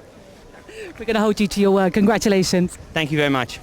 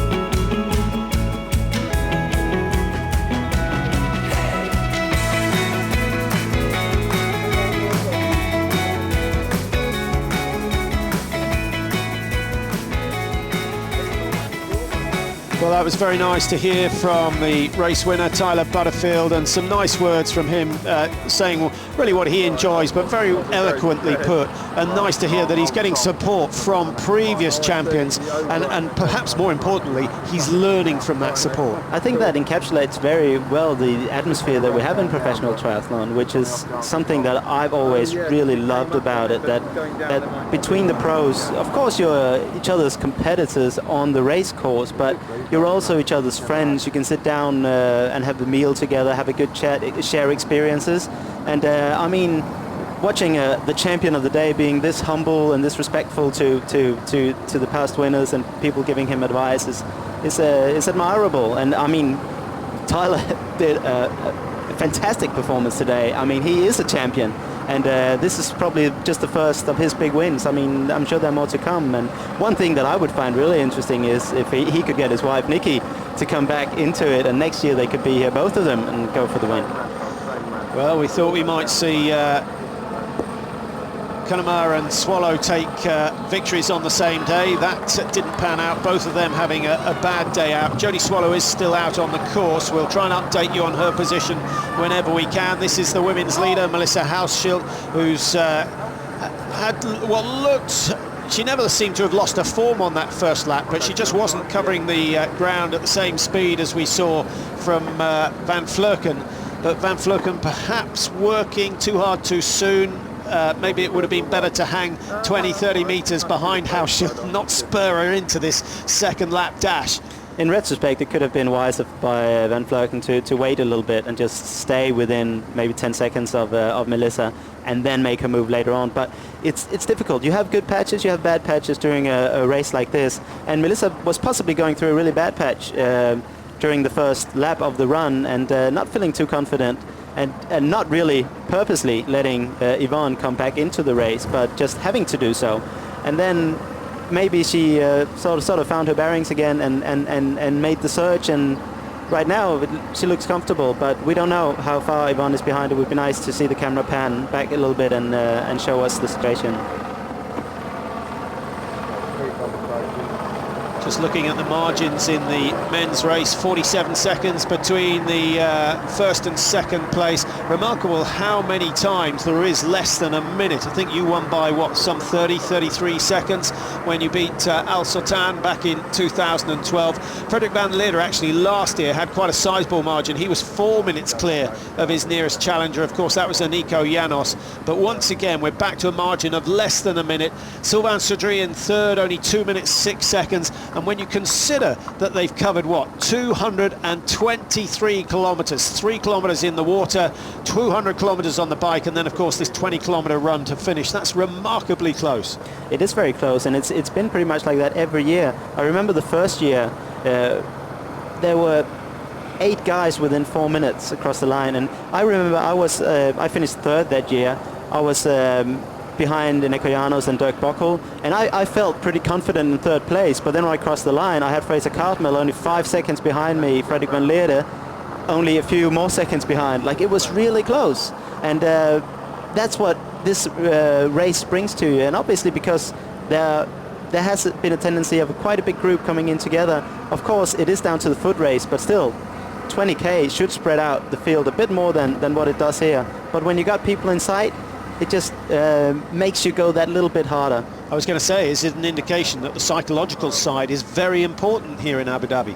Yeah, it really is a race that combines the long course abilities that you need to have, you know, sustaining a pace for 200k out on the bike and still be able to have energy left in the tank. But then the run is more like an ITU run. You run out together as a group, people drop off the back, they try to find their way back, people are surging against each other, and doing that at the back of a 200k bike is not easy, and it certainly is a mental game.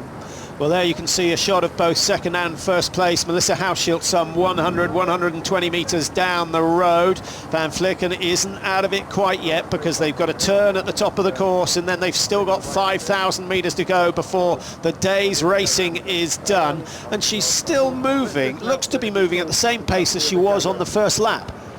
Yes, I think Melissa might have had a bit of a bad or a difficult start of the run. But Yvonne is still fighting, but as it looks now, she's not very likely to regain that.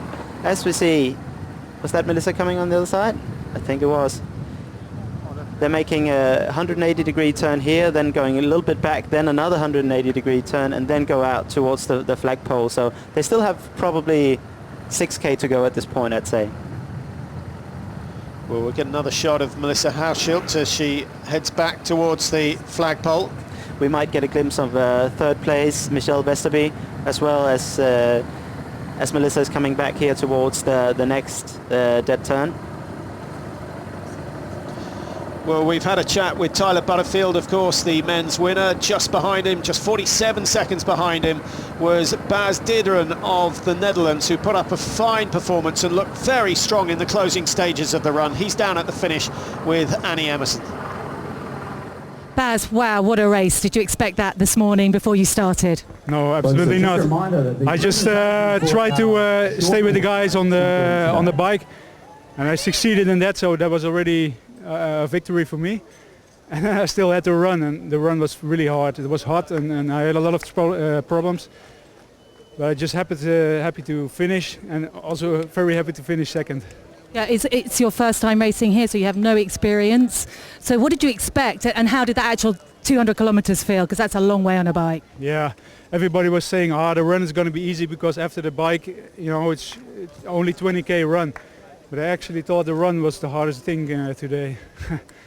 And how did you guys all work on the bike? Obviously you were keeping your distance, but you had a nice little pack sort of working together within reason.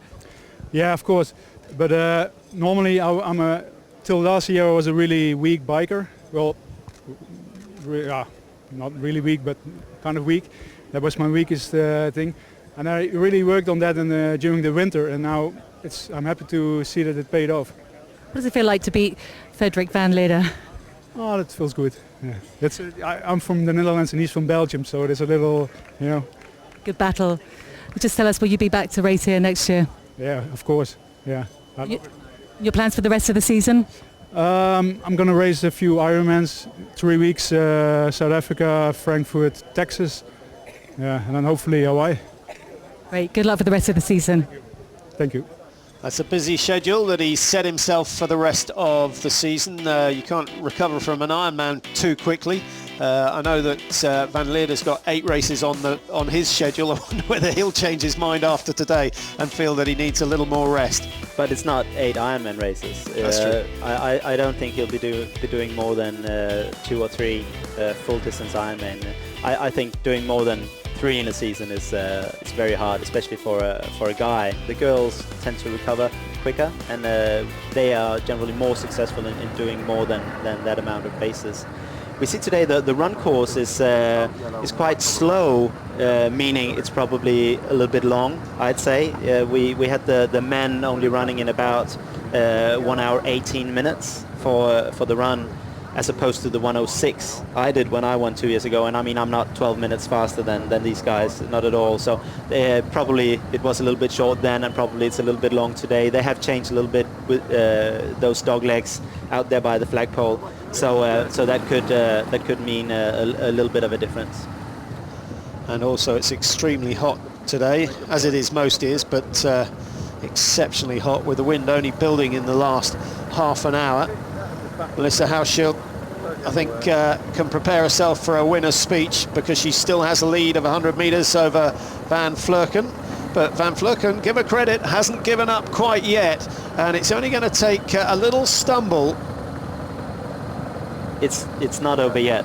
I mean, a lot can still happen, and you have seen people collapsing quite badly in a long distance like this. She's 30 seconds back now, and of course it's pointing very much towards Melissa's way, but it ain't over till the fat lady sings. Another chance for Melissa Hauschild to see exactly how far ahead she is. Van Vleuten taking on a lot of fluid, and actually she slowed down in doing so, and I think maybe she's gone into survival mode. Hauschild still looking as strong as she did at the start of the run. No communication between the two. They don't need it. They can see each other. They know exactly where they have one another at this point. We had a few more of the gentlemen across the line. Nico Janos worked his way up into 6th place. That's a very, very strong performance. by him after a lot of adversity and the day not going according to his plans. Ido van der Meer of the Netherlands got in 7th place, and Henrik Hildeland, my compatriot from Denmark, in 8th place. What sort of future do you think Hildeland's going to have? I think he's got a great future. I think as it is now, his run is not strong enough for him to really be in contention on a hot day like this. But in a cooler climate, I'm sure he would have done better here, and he has to learn a little bit more about how to pace himself and structure his race. I think he's got a good chance of doing really well, especially on the Ironman distance. But as you suggested before the start of the day, that he could be in the running in the swim, and he could be contending the lead on the bike ride. He's lost. I think he was 6.5 minutes behind when he came through T2, and he's ended the race 19.5 minutes behind. So he's lost a fair amount of time over the 20k run, and it would seem that is where the work needs to be done. Yeah, definitely the run is his weakest leg, and his spike today wasn't as impressive as I was anticipating and hoping. But I mean, Henrik lives in Denmark. Although it hasn't been the worst winter in many years, it's not Abu Dhabi climate, and that does make a difference. Hauschild coping very, very well with the conditions, as you would expect.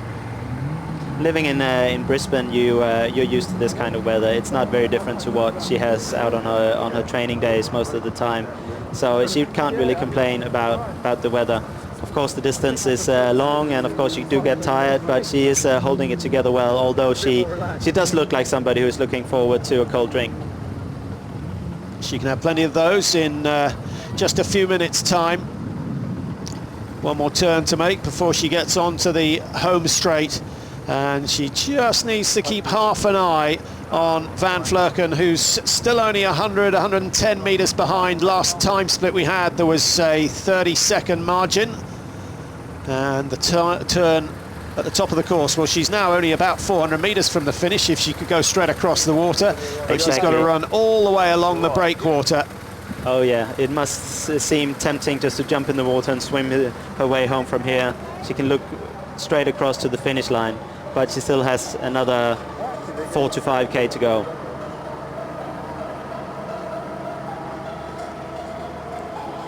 Well, a little bit of upbeat music wouldn't go amiss just to help her keep the beat on her run.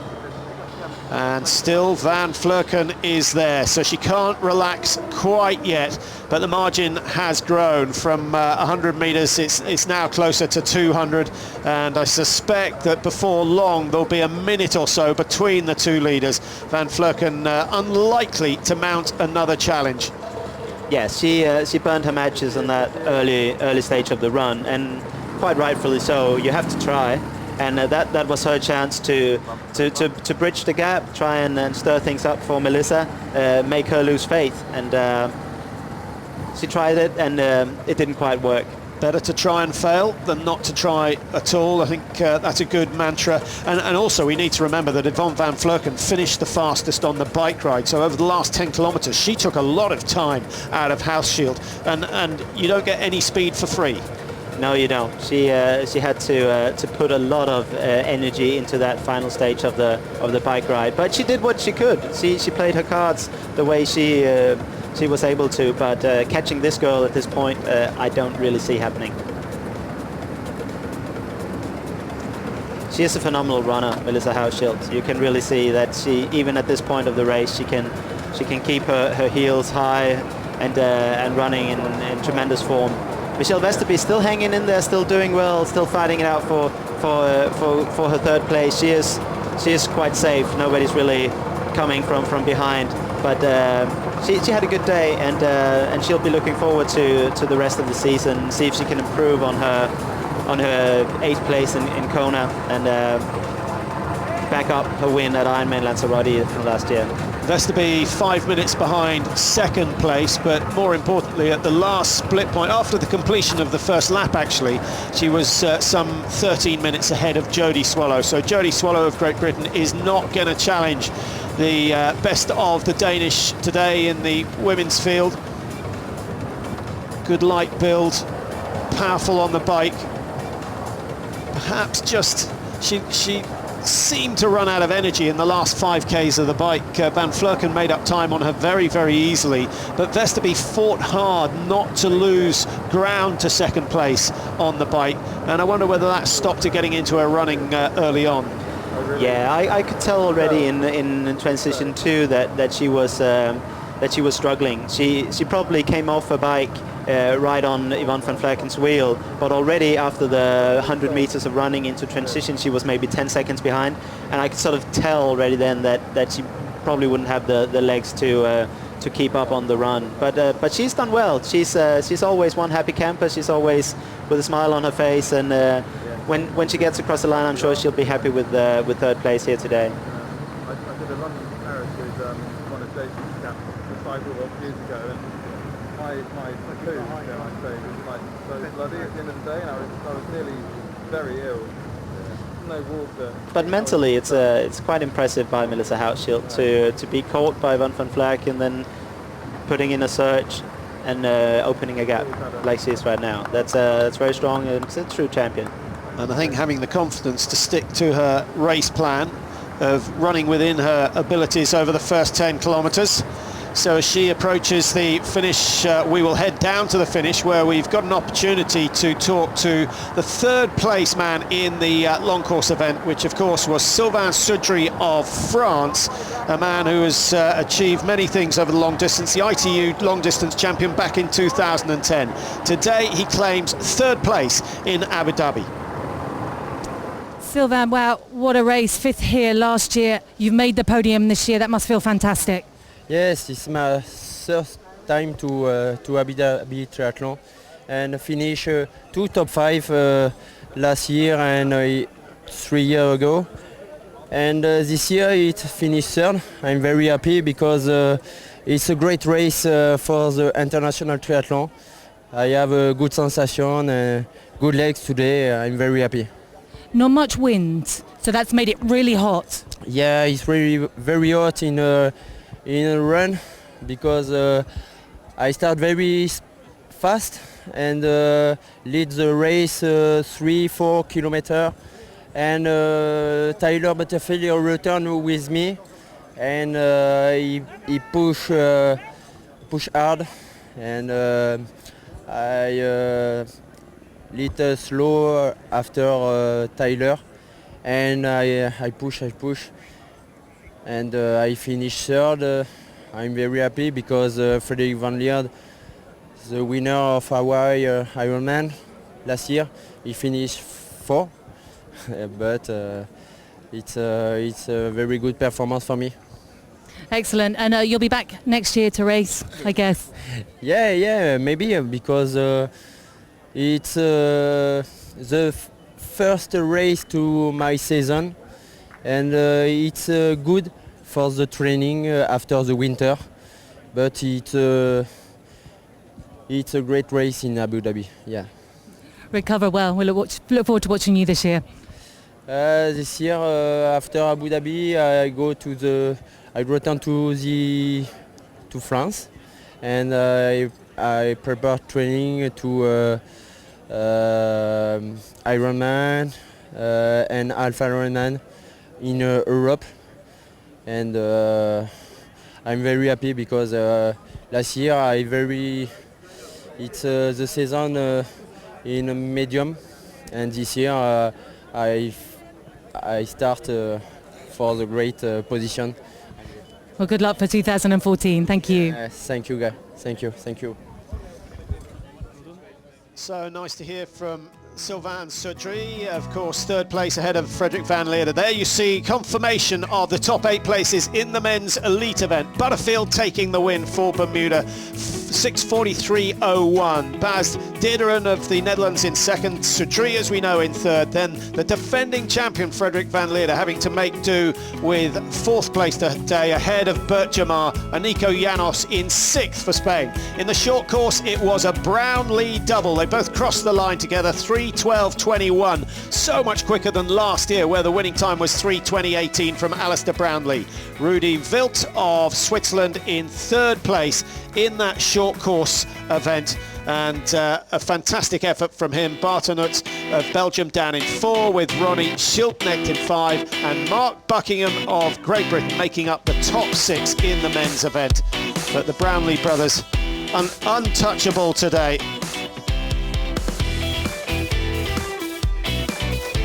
Yes, and quite a nice performance.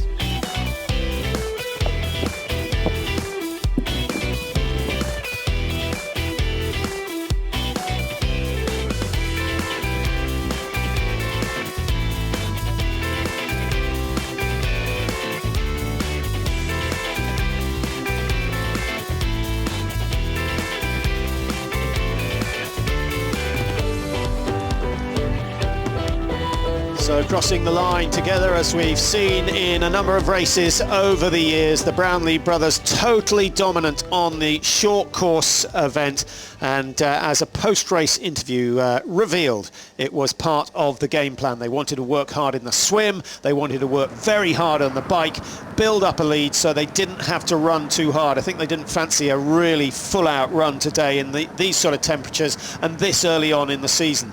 And it has exactly gone to plan, with Alistair doing most of the leading on the bike and Johnny actually looking the stronger of the two on the run, although without a sprint finish, that's just speculation.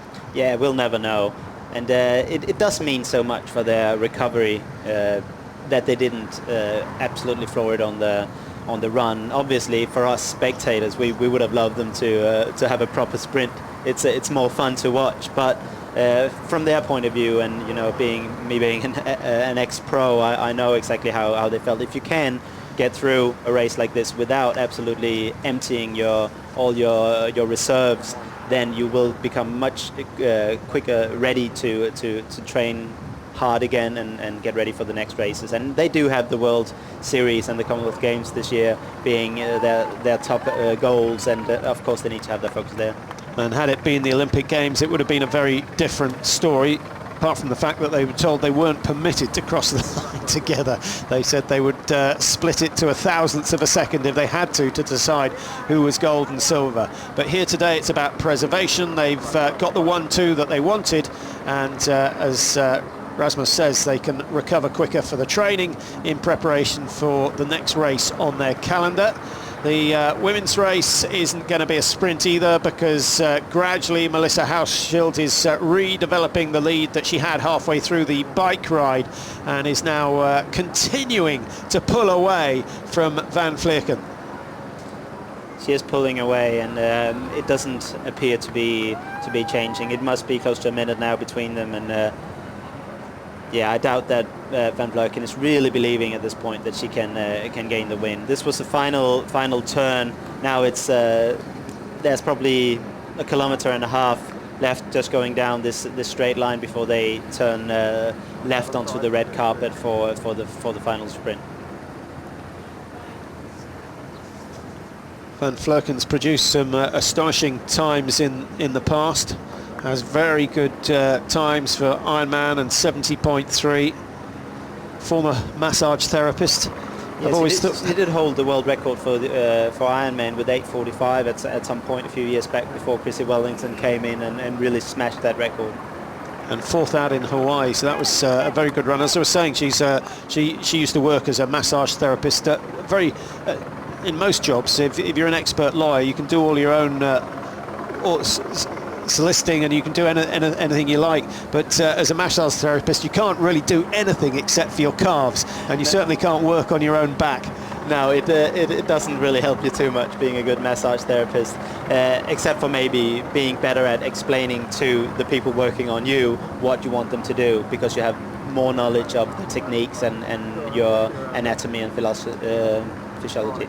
Well, certainly, very good point, because knowledge is an important part, and the sport I come from, Rasmus, is dominated by the Norwegians and essentially the Scandinavians, and I've always thought what they do so well is when they develop their athletes, they educate them at the same time. They send them to specialist sport schools, but 1/3 of their time is spent learning physiology, learning nutrition. Well, just a quick glimpse of the two leaders in the shot. Hauschild still comfortably ahead down the bottom of your picture, just weaving away towards the end of this run. The tall tower blocks in the distance just past the finish, so she'll know exactly what she's got to do now. Van Vleuten, well, she was 150 metres behind. It looks to me, Rasmus, as though she's closed it a fraction, but I can't see any signs of a sprint, and it's going to need a sprint at this stage if she's going to catch first place. They have been out now 7 hours and 18 minutes, and that into perspective, they are very close, but it's still probably 100 meters or so between them, and Van Vleuten would have to really change gears now to be able to close this, or Melissa would have to fall over and have to crawl, or maybe walk the rest of it for her to be caught, and she still looks fairly comfortable up there. But this is a long straight. I mean, I can tell you, when it's this hot, it feels never ending, and you just look so much forward to seeing the end of that red carpet and seeing other people in front of you turn left.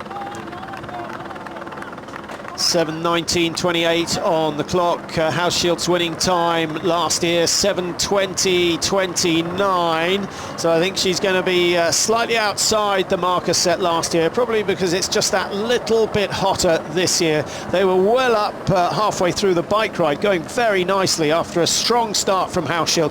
She didn't really have the option though, because she left herself with quite a lot to do. 5 minutes down on Jodie Swallow. I'm not sure Swallow would have featured even if she hadn't made the navigational mistake on the course, but it would have been interesting to see Jodie Swallow starting the race first, the running race, and forcing House Shield and Van Vleuten to chase her.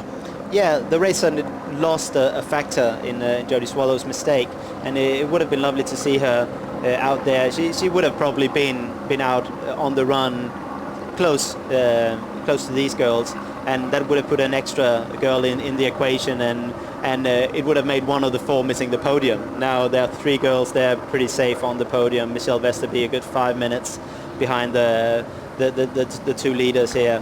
But Jodie Swallow, she must be gutted for what happened today. She deserved a better outcome. But then again, you have to know the course, and you have to stay focused, and even if there might have been other people signaling, doing something, she should know what her course was in this race. Yeah, but in her defence, she, like her boyfriend, arrived a little late, not as late as James Kunemar did, but it was a little late, and that obviously took away some of the preparation that she would like to have done.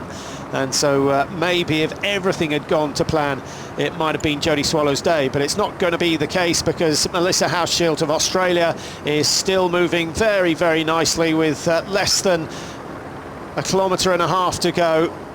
She is closing in on the red carpet. A little look of her wristwatch, which will tell her that she's already a minute over the time that she won the race in last year. But she doesn't have Caroline Steffen behind her chasing. Van Vleuten, you can see in the background with the white armlets. But Melissa is not unfamiliar with winning big races. She did win here last year. She won the 70.3 World Championships. So she has been up there before, and she knows the taste of victory, and there was no way she was going to miss out on that possibility today. Yeah, 2 times the world champion at the 70.3 distance in 2011, and of course last year, and still looks to be in the same sort of impressive shape. Interesting will be to see how the rest of the season unfolds. I think she is up against some new interesting names at the 70.3 World Championships this year. I don't think it's hers just to grab. I think there will be another few interesting girls. I think Svenja Baslin, with the performance she showed today on the short distance, puts her up there amongst the favorites. I also think Helle Fredriksson, who is a relative newcomer to that distance, will be very, very strong. She won a couple of 70.3 last year, and she will be focusing towards the world champs. Closer and closer, and the sound of the helicopter above will just indicate to House Shield that she has just a couple of minutes of effort to go to secure victory here in Abu Dhabi. Van Vleuten, give her credit, she's stuck at her task, having lost 50-60 metres in the first 500 coming out of the turn after 10 kilometres. I thought maybe the gap would open to 5-6 minutes, but nothing like that has happened, and she's really stuck to her guns. Yes, she's still 100 metres behind, but she's not called it a day. Well, as I say that, the stride just shortening, I think she's starting to struggle badly now. This might be just the point where she was actually giving up on taking the victory, because just when you started that sentence, I was about to say that, well, she hasn't given up yet, and credits to that. I mean, she has really fought today, a true fighter, as has this girl, Melissa Hauschild. Well, it's not been an easy win for Hauschild. When she went past Caroline Steffen last year, she didn't raise much response. Steffen absent from today's race. She was down on the start sheet, but pulling out with just a couple of days to go. So the left-hand turn that is so welcome to all the athletes, and a little look over the left shoulder from Melissa Hauschild, but she'll be delighted to see that there is no challenge from Van Vleuten, who is now 150 metres adrift. It's going to be victory number 2 in succession for Hauschild, and the Australians will be celebrating tonight after another very, very well fought race. The former ITU long course champion, securing another big title here, and as Rasmus says, it's going to be fantastic when she steps it up to Ironman distance so everyone can see exactly what she can do. 7:24.45, the winning time here for the women's long course event, and Melissa Hauschild has another trophy coming her way. Anyone Van Vleuten not far behind. Strong performance by her. She will of course be disappointed not winning. It is a huge difference winning and coming second, but she really should be proud of her performance today. She is a spent force. She's left nothing out there whatsoever. Psychologically drained, physically drained. Hauschild, though, has that pleasure of knowing that she is the champion. But she had to work for it. She didn't get anything for free today. She had to push it all the way to the line to get victory. Well, hopefully we'll get a word with the top finishers in the very near future. I can tell you that Jodie Swallow is still in 4th place, but some way back.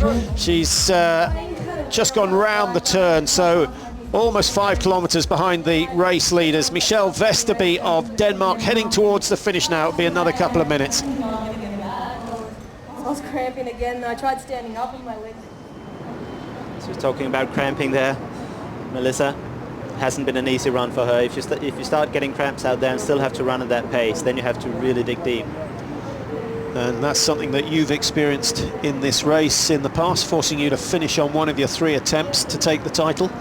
Yes, I've celebrated both one of my biggest victories in this race and also one of my biggest disappointments, which was the year before in 2011, when just out of the blue, coming into the race in great form and ready, I was honestly believing I could fight it out for the win, but I didn't get any further than 5Ks into the bike. I had to pull out with such serious cramps that I've never experienced anything like it. It took me over an hour before I could bend my leg again. I had to have a physio sit there and help me stretch it. That's how difficult it was, and obviously completely impossible for me to continue. And Hauschild talking about the cramps. Perhaps we can discuss a little later on how you cope with the cramps if you want to keep moving. And she's down at the finish now. Annie is with her, and hopefully we're going to get a chat in the next couple of minutes with the race winner. At the moment we stick with Michelle Vesterby, who's coming in to finish in 3rd place, and she should manage to get through in less than 7 hours 30. Well, let's have a quick chat with Melissa Hauschild, who's down at the finish with Annie. Melissa, that looked tough. You were pushed all the way by Yvonne. Yeah, Yvonne ran awesome. I've never been run down in a race before, so I just kept telling myself, she's got to be hurting just as much, if not more than me. So that's what kept me going. I just kept pushing hard, and yeah, it paid off. Lost a little bit of time on the swim, perhaps a bit more than you would have liked. Yeah, I think I was about 5.5 down on Jodie.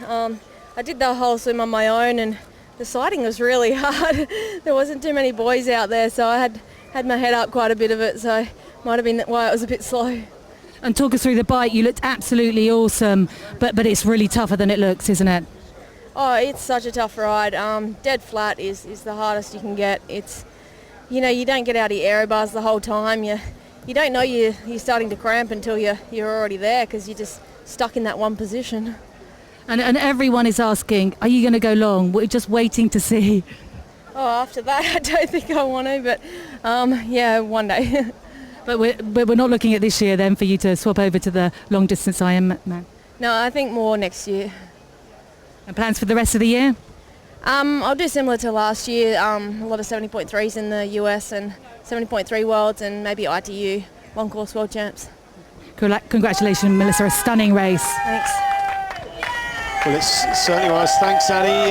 Certainly was a stunning race. Great performance by Hauschild. Let's go back to Michelle Vesterby, who is closing in on that red carpet all the time, looking very strong at the moment. Good, strong finish from Vesterby. Yes, very, very strong. She's held together the run quite nicely.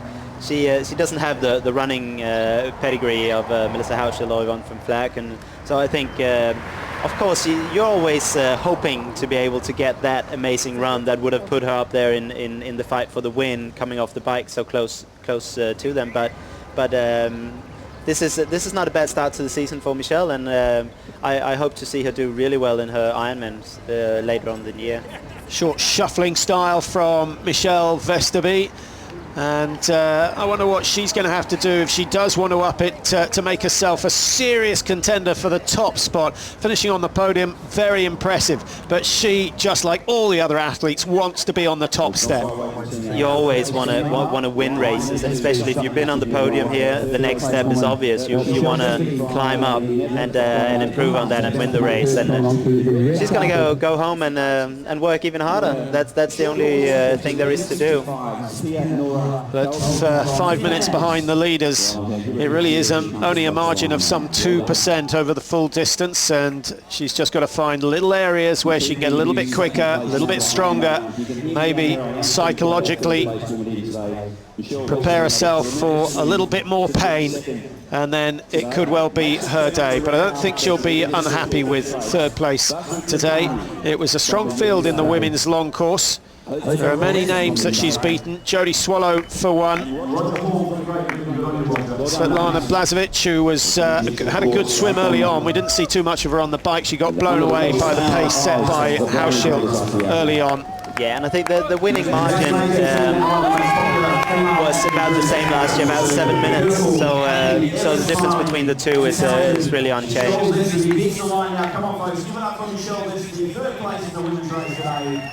But last year she did beat Yvonne van Vleck, and this year she loses. A very bubbly personality indeed, Michelle Vesterby. Well, there's plenty of power there. Yeah, she's such a positive girl, and you rarely hear anything negative from her mouth, and lovely girl. Thank you. Congratulations. Oh, hot today, huh? Yeah. Oh. Well, let's go back to Annie, and of course she's having a chat with all the winners here at the Abu Dhabi International Triathlon. Annie, over to you.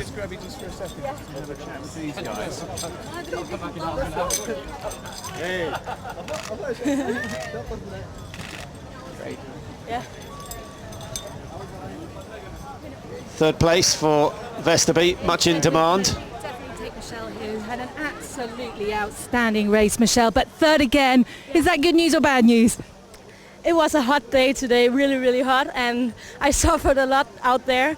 It wasn't all what I expected, but I did what I could on the day, and the girls was just stronger than me. So congratulations to Yvonne and Melissa for beating me again. Yeah, but you certainly had an awesome bike and you gave it your all. We were watching you. You said you like it when it starts to hit over that 150 kilometer mark, but it's just so hot here today, isn't it? Yeah, it's really, really hot today. It's more hot than Kona was this year, so I was really suffering out there. And we were so few girls today, so you were just all alone all the time today. So it was quite lonely out there, but again, a fabulous route and a great audience when you get in here.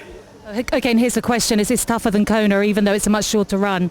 it's definitely something else because you need to push it even more on the run. Kona is a little bit more tough because everyone is there. There's a lot of good girls in this field as well, so it's definitely hard. It's the first race of the season, so yeah, that's always the hardest test, right? Well, congratulations, Melissa. A great race. Thank you very much.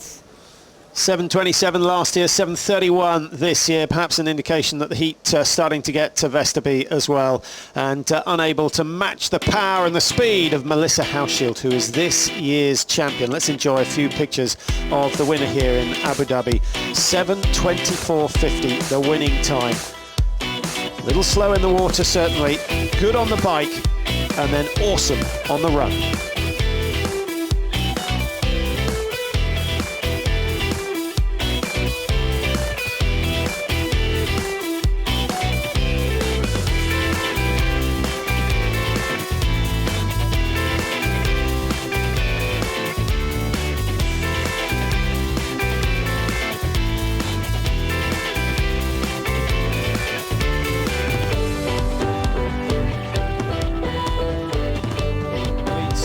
Races today, and let's just confirm the top positions. That was the men's race with Tyler Butterfield on top. In the women, the first three are across the line. Melissa Hauschild confirmed as the winner, 7:24.50, as you can see for yourself. Yvonne van Vleuten, a real fighting effort from her. She came strong at the end of the ride, and then she put in a phenomenal effort on the first 10k of the run. And then, of course, just losing out to Hauschild on the last 10 kilometres.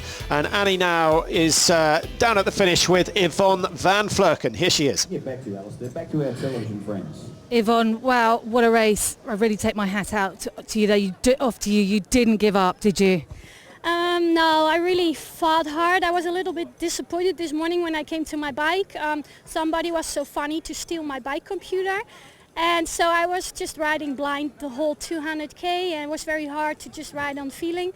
And yeah, on the run, Melissa is just such an amazing athlete, and I'm just more like long course athlete, so I could run this pace for another hour. I just can't go any faster, especially not at the beginning of the year. It's my first race, and I always need some races to get the speed in, but I'm so happy with my second place. So.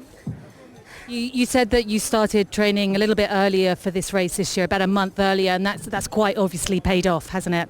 Yeah, this race deserves the priority that I gave it this year. Last year I did this race actually in preparation for Ironman Melbourne, where I did way better 3 weeks later. I got second place in front of Caroline Steffen and did very, very well. This year I said, well, you know, Abu Dhabi with the 200k on the bike is one of the fastest bikers in the sport. It's just a race that really suits me well. So I just wanted to give it more priority. It definitely deserves that. It's such an amazing event, and so I started training a month earlier, and I really did everything focused on this race, and that's why I was a little bit disappointed. 3 months of hard work for this race, and then somebody is so funny to take my bike computer. I still don't understand, but it's all good. I really put it around and top positive, and yeah, I gave it a shot. So. Well, congratulations, Yvonne. You might not have thought it was a great race, but we certainly did. Thank you very much. Thank you very much. So let's confirm the results of the men's race today. Remember, after that 200-kilometre run, they had 20Ks on the bike. Burke Jamar in 5th place. Frederik van Leerde in 4th. Sylvain Soudry on the podium, despite making a navigational error at the start of the final leg. And Bas Deerdren of the Netherlands, a sensational 2nd place, just 46 seconds down on this year's winner. Tyler Butterfield, 3rd last year. He is the champion this year in Abu Dhabi. Well done to him. A brilliant performance by the Bermudan.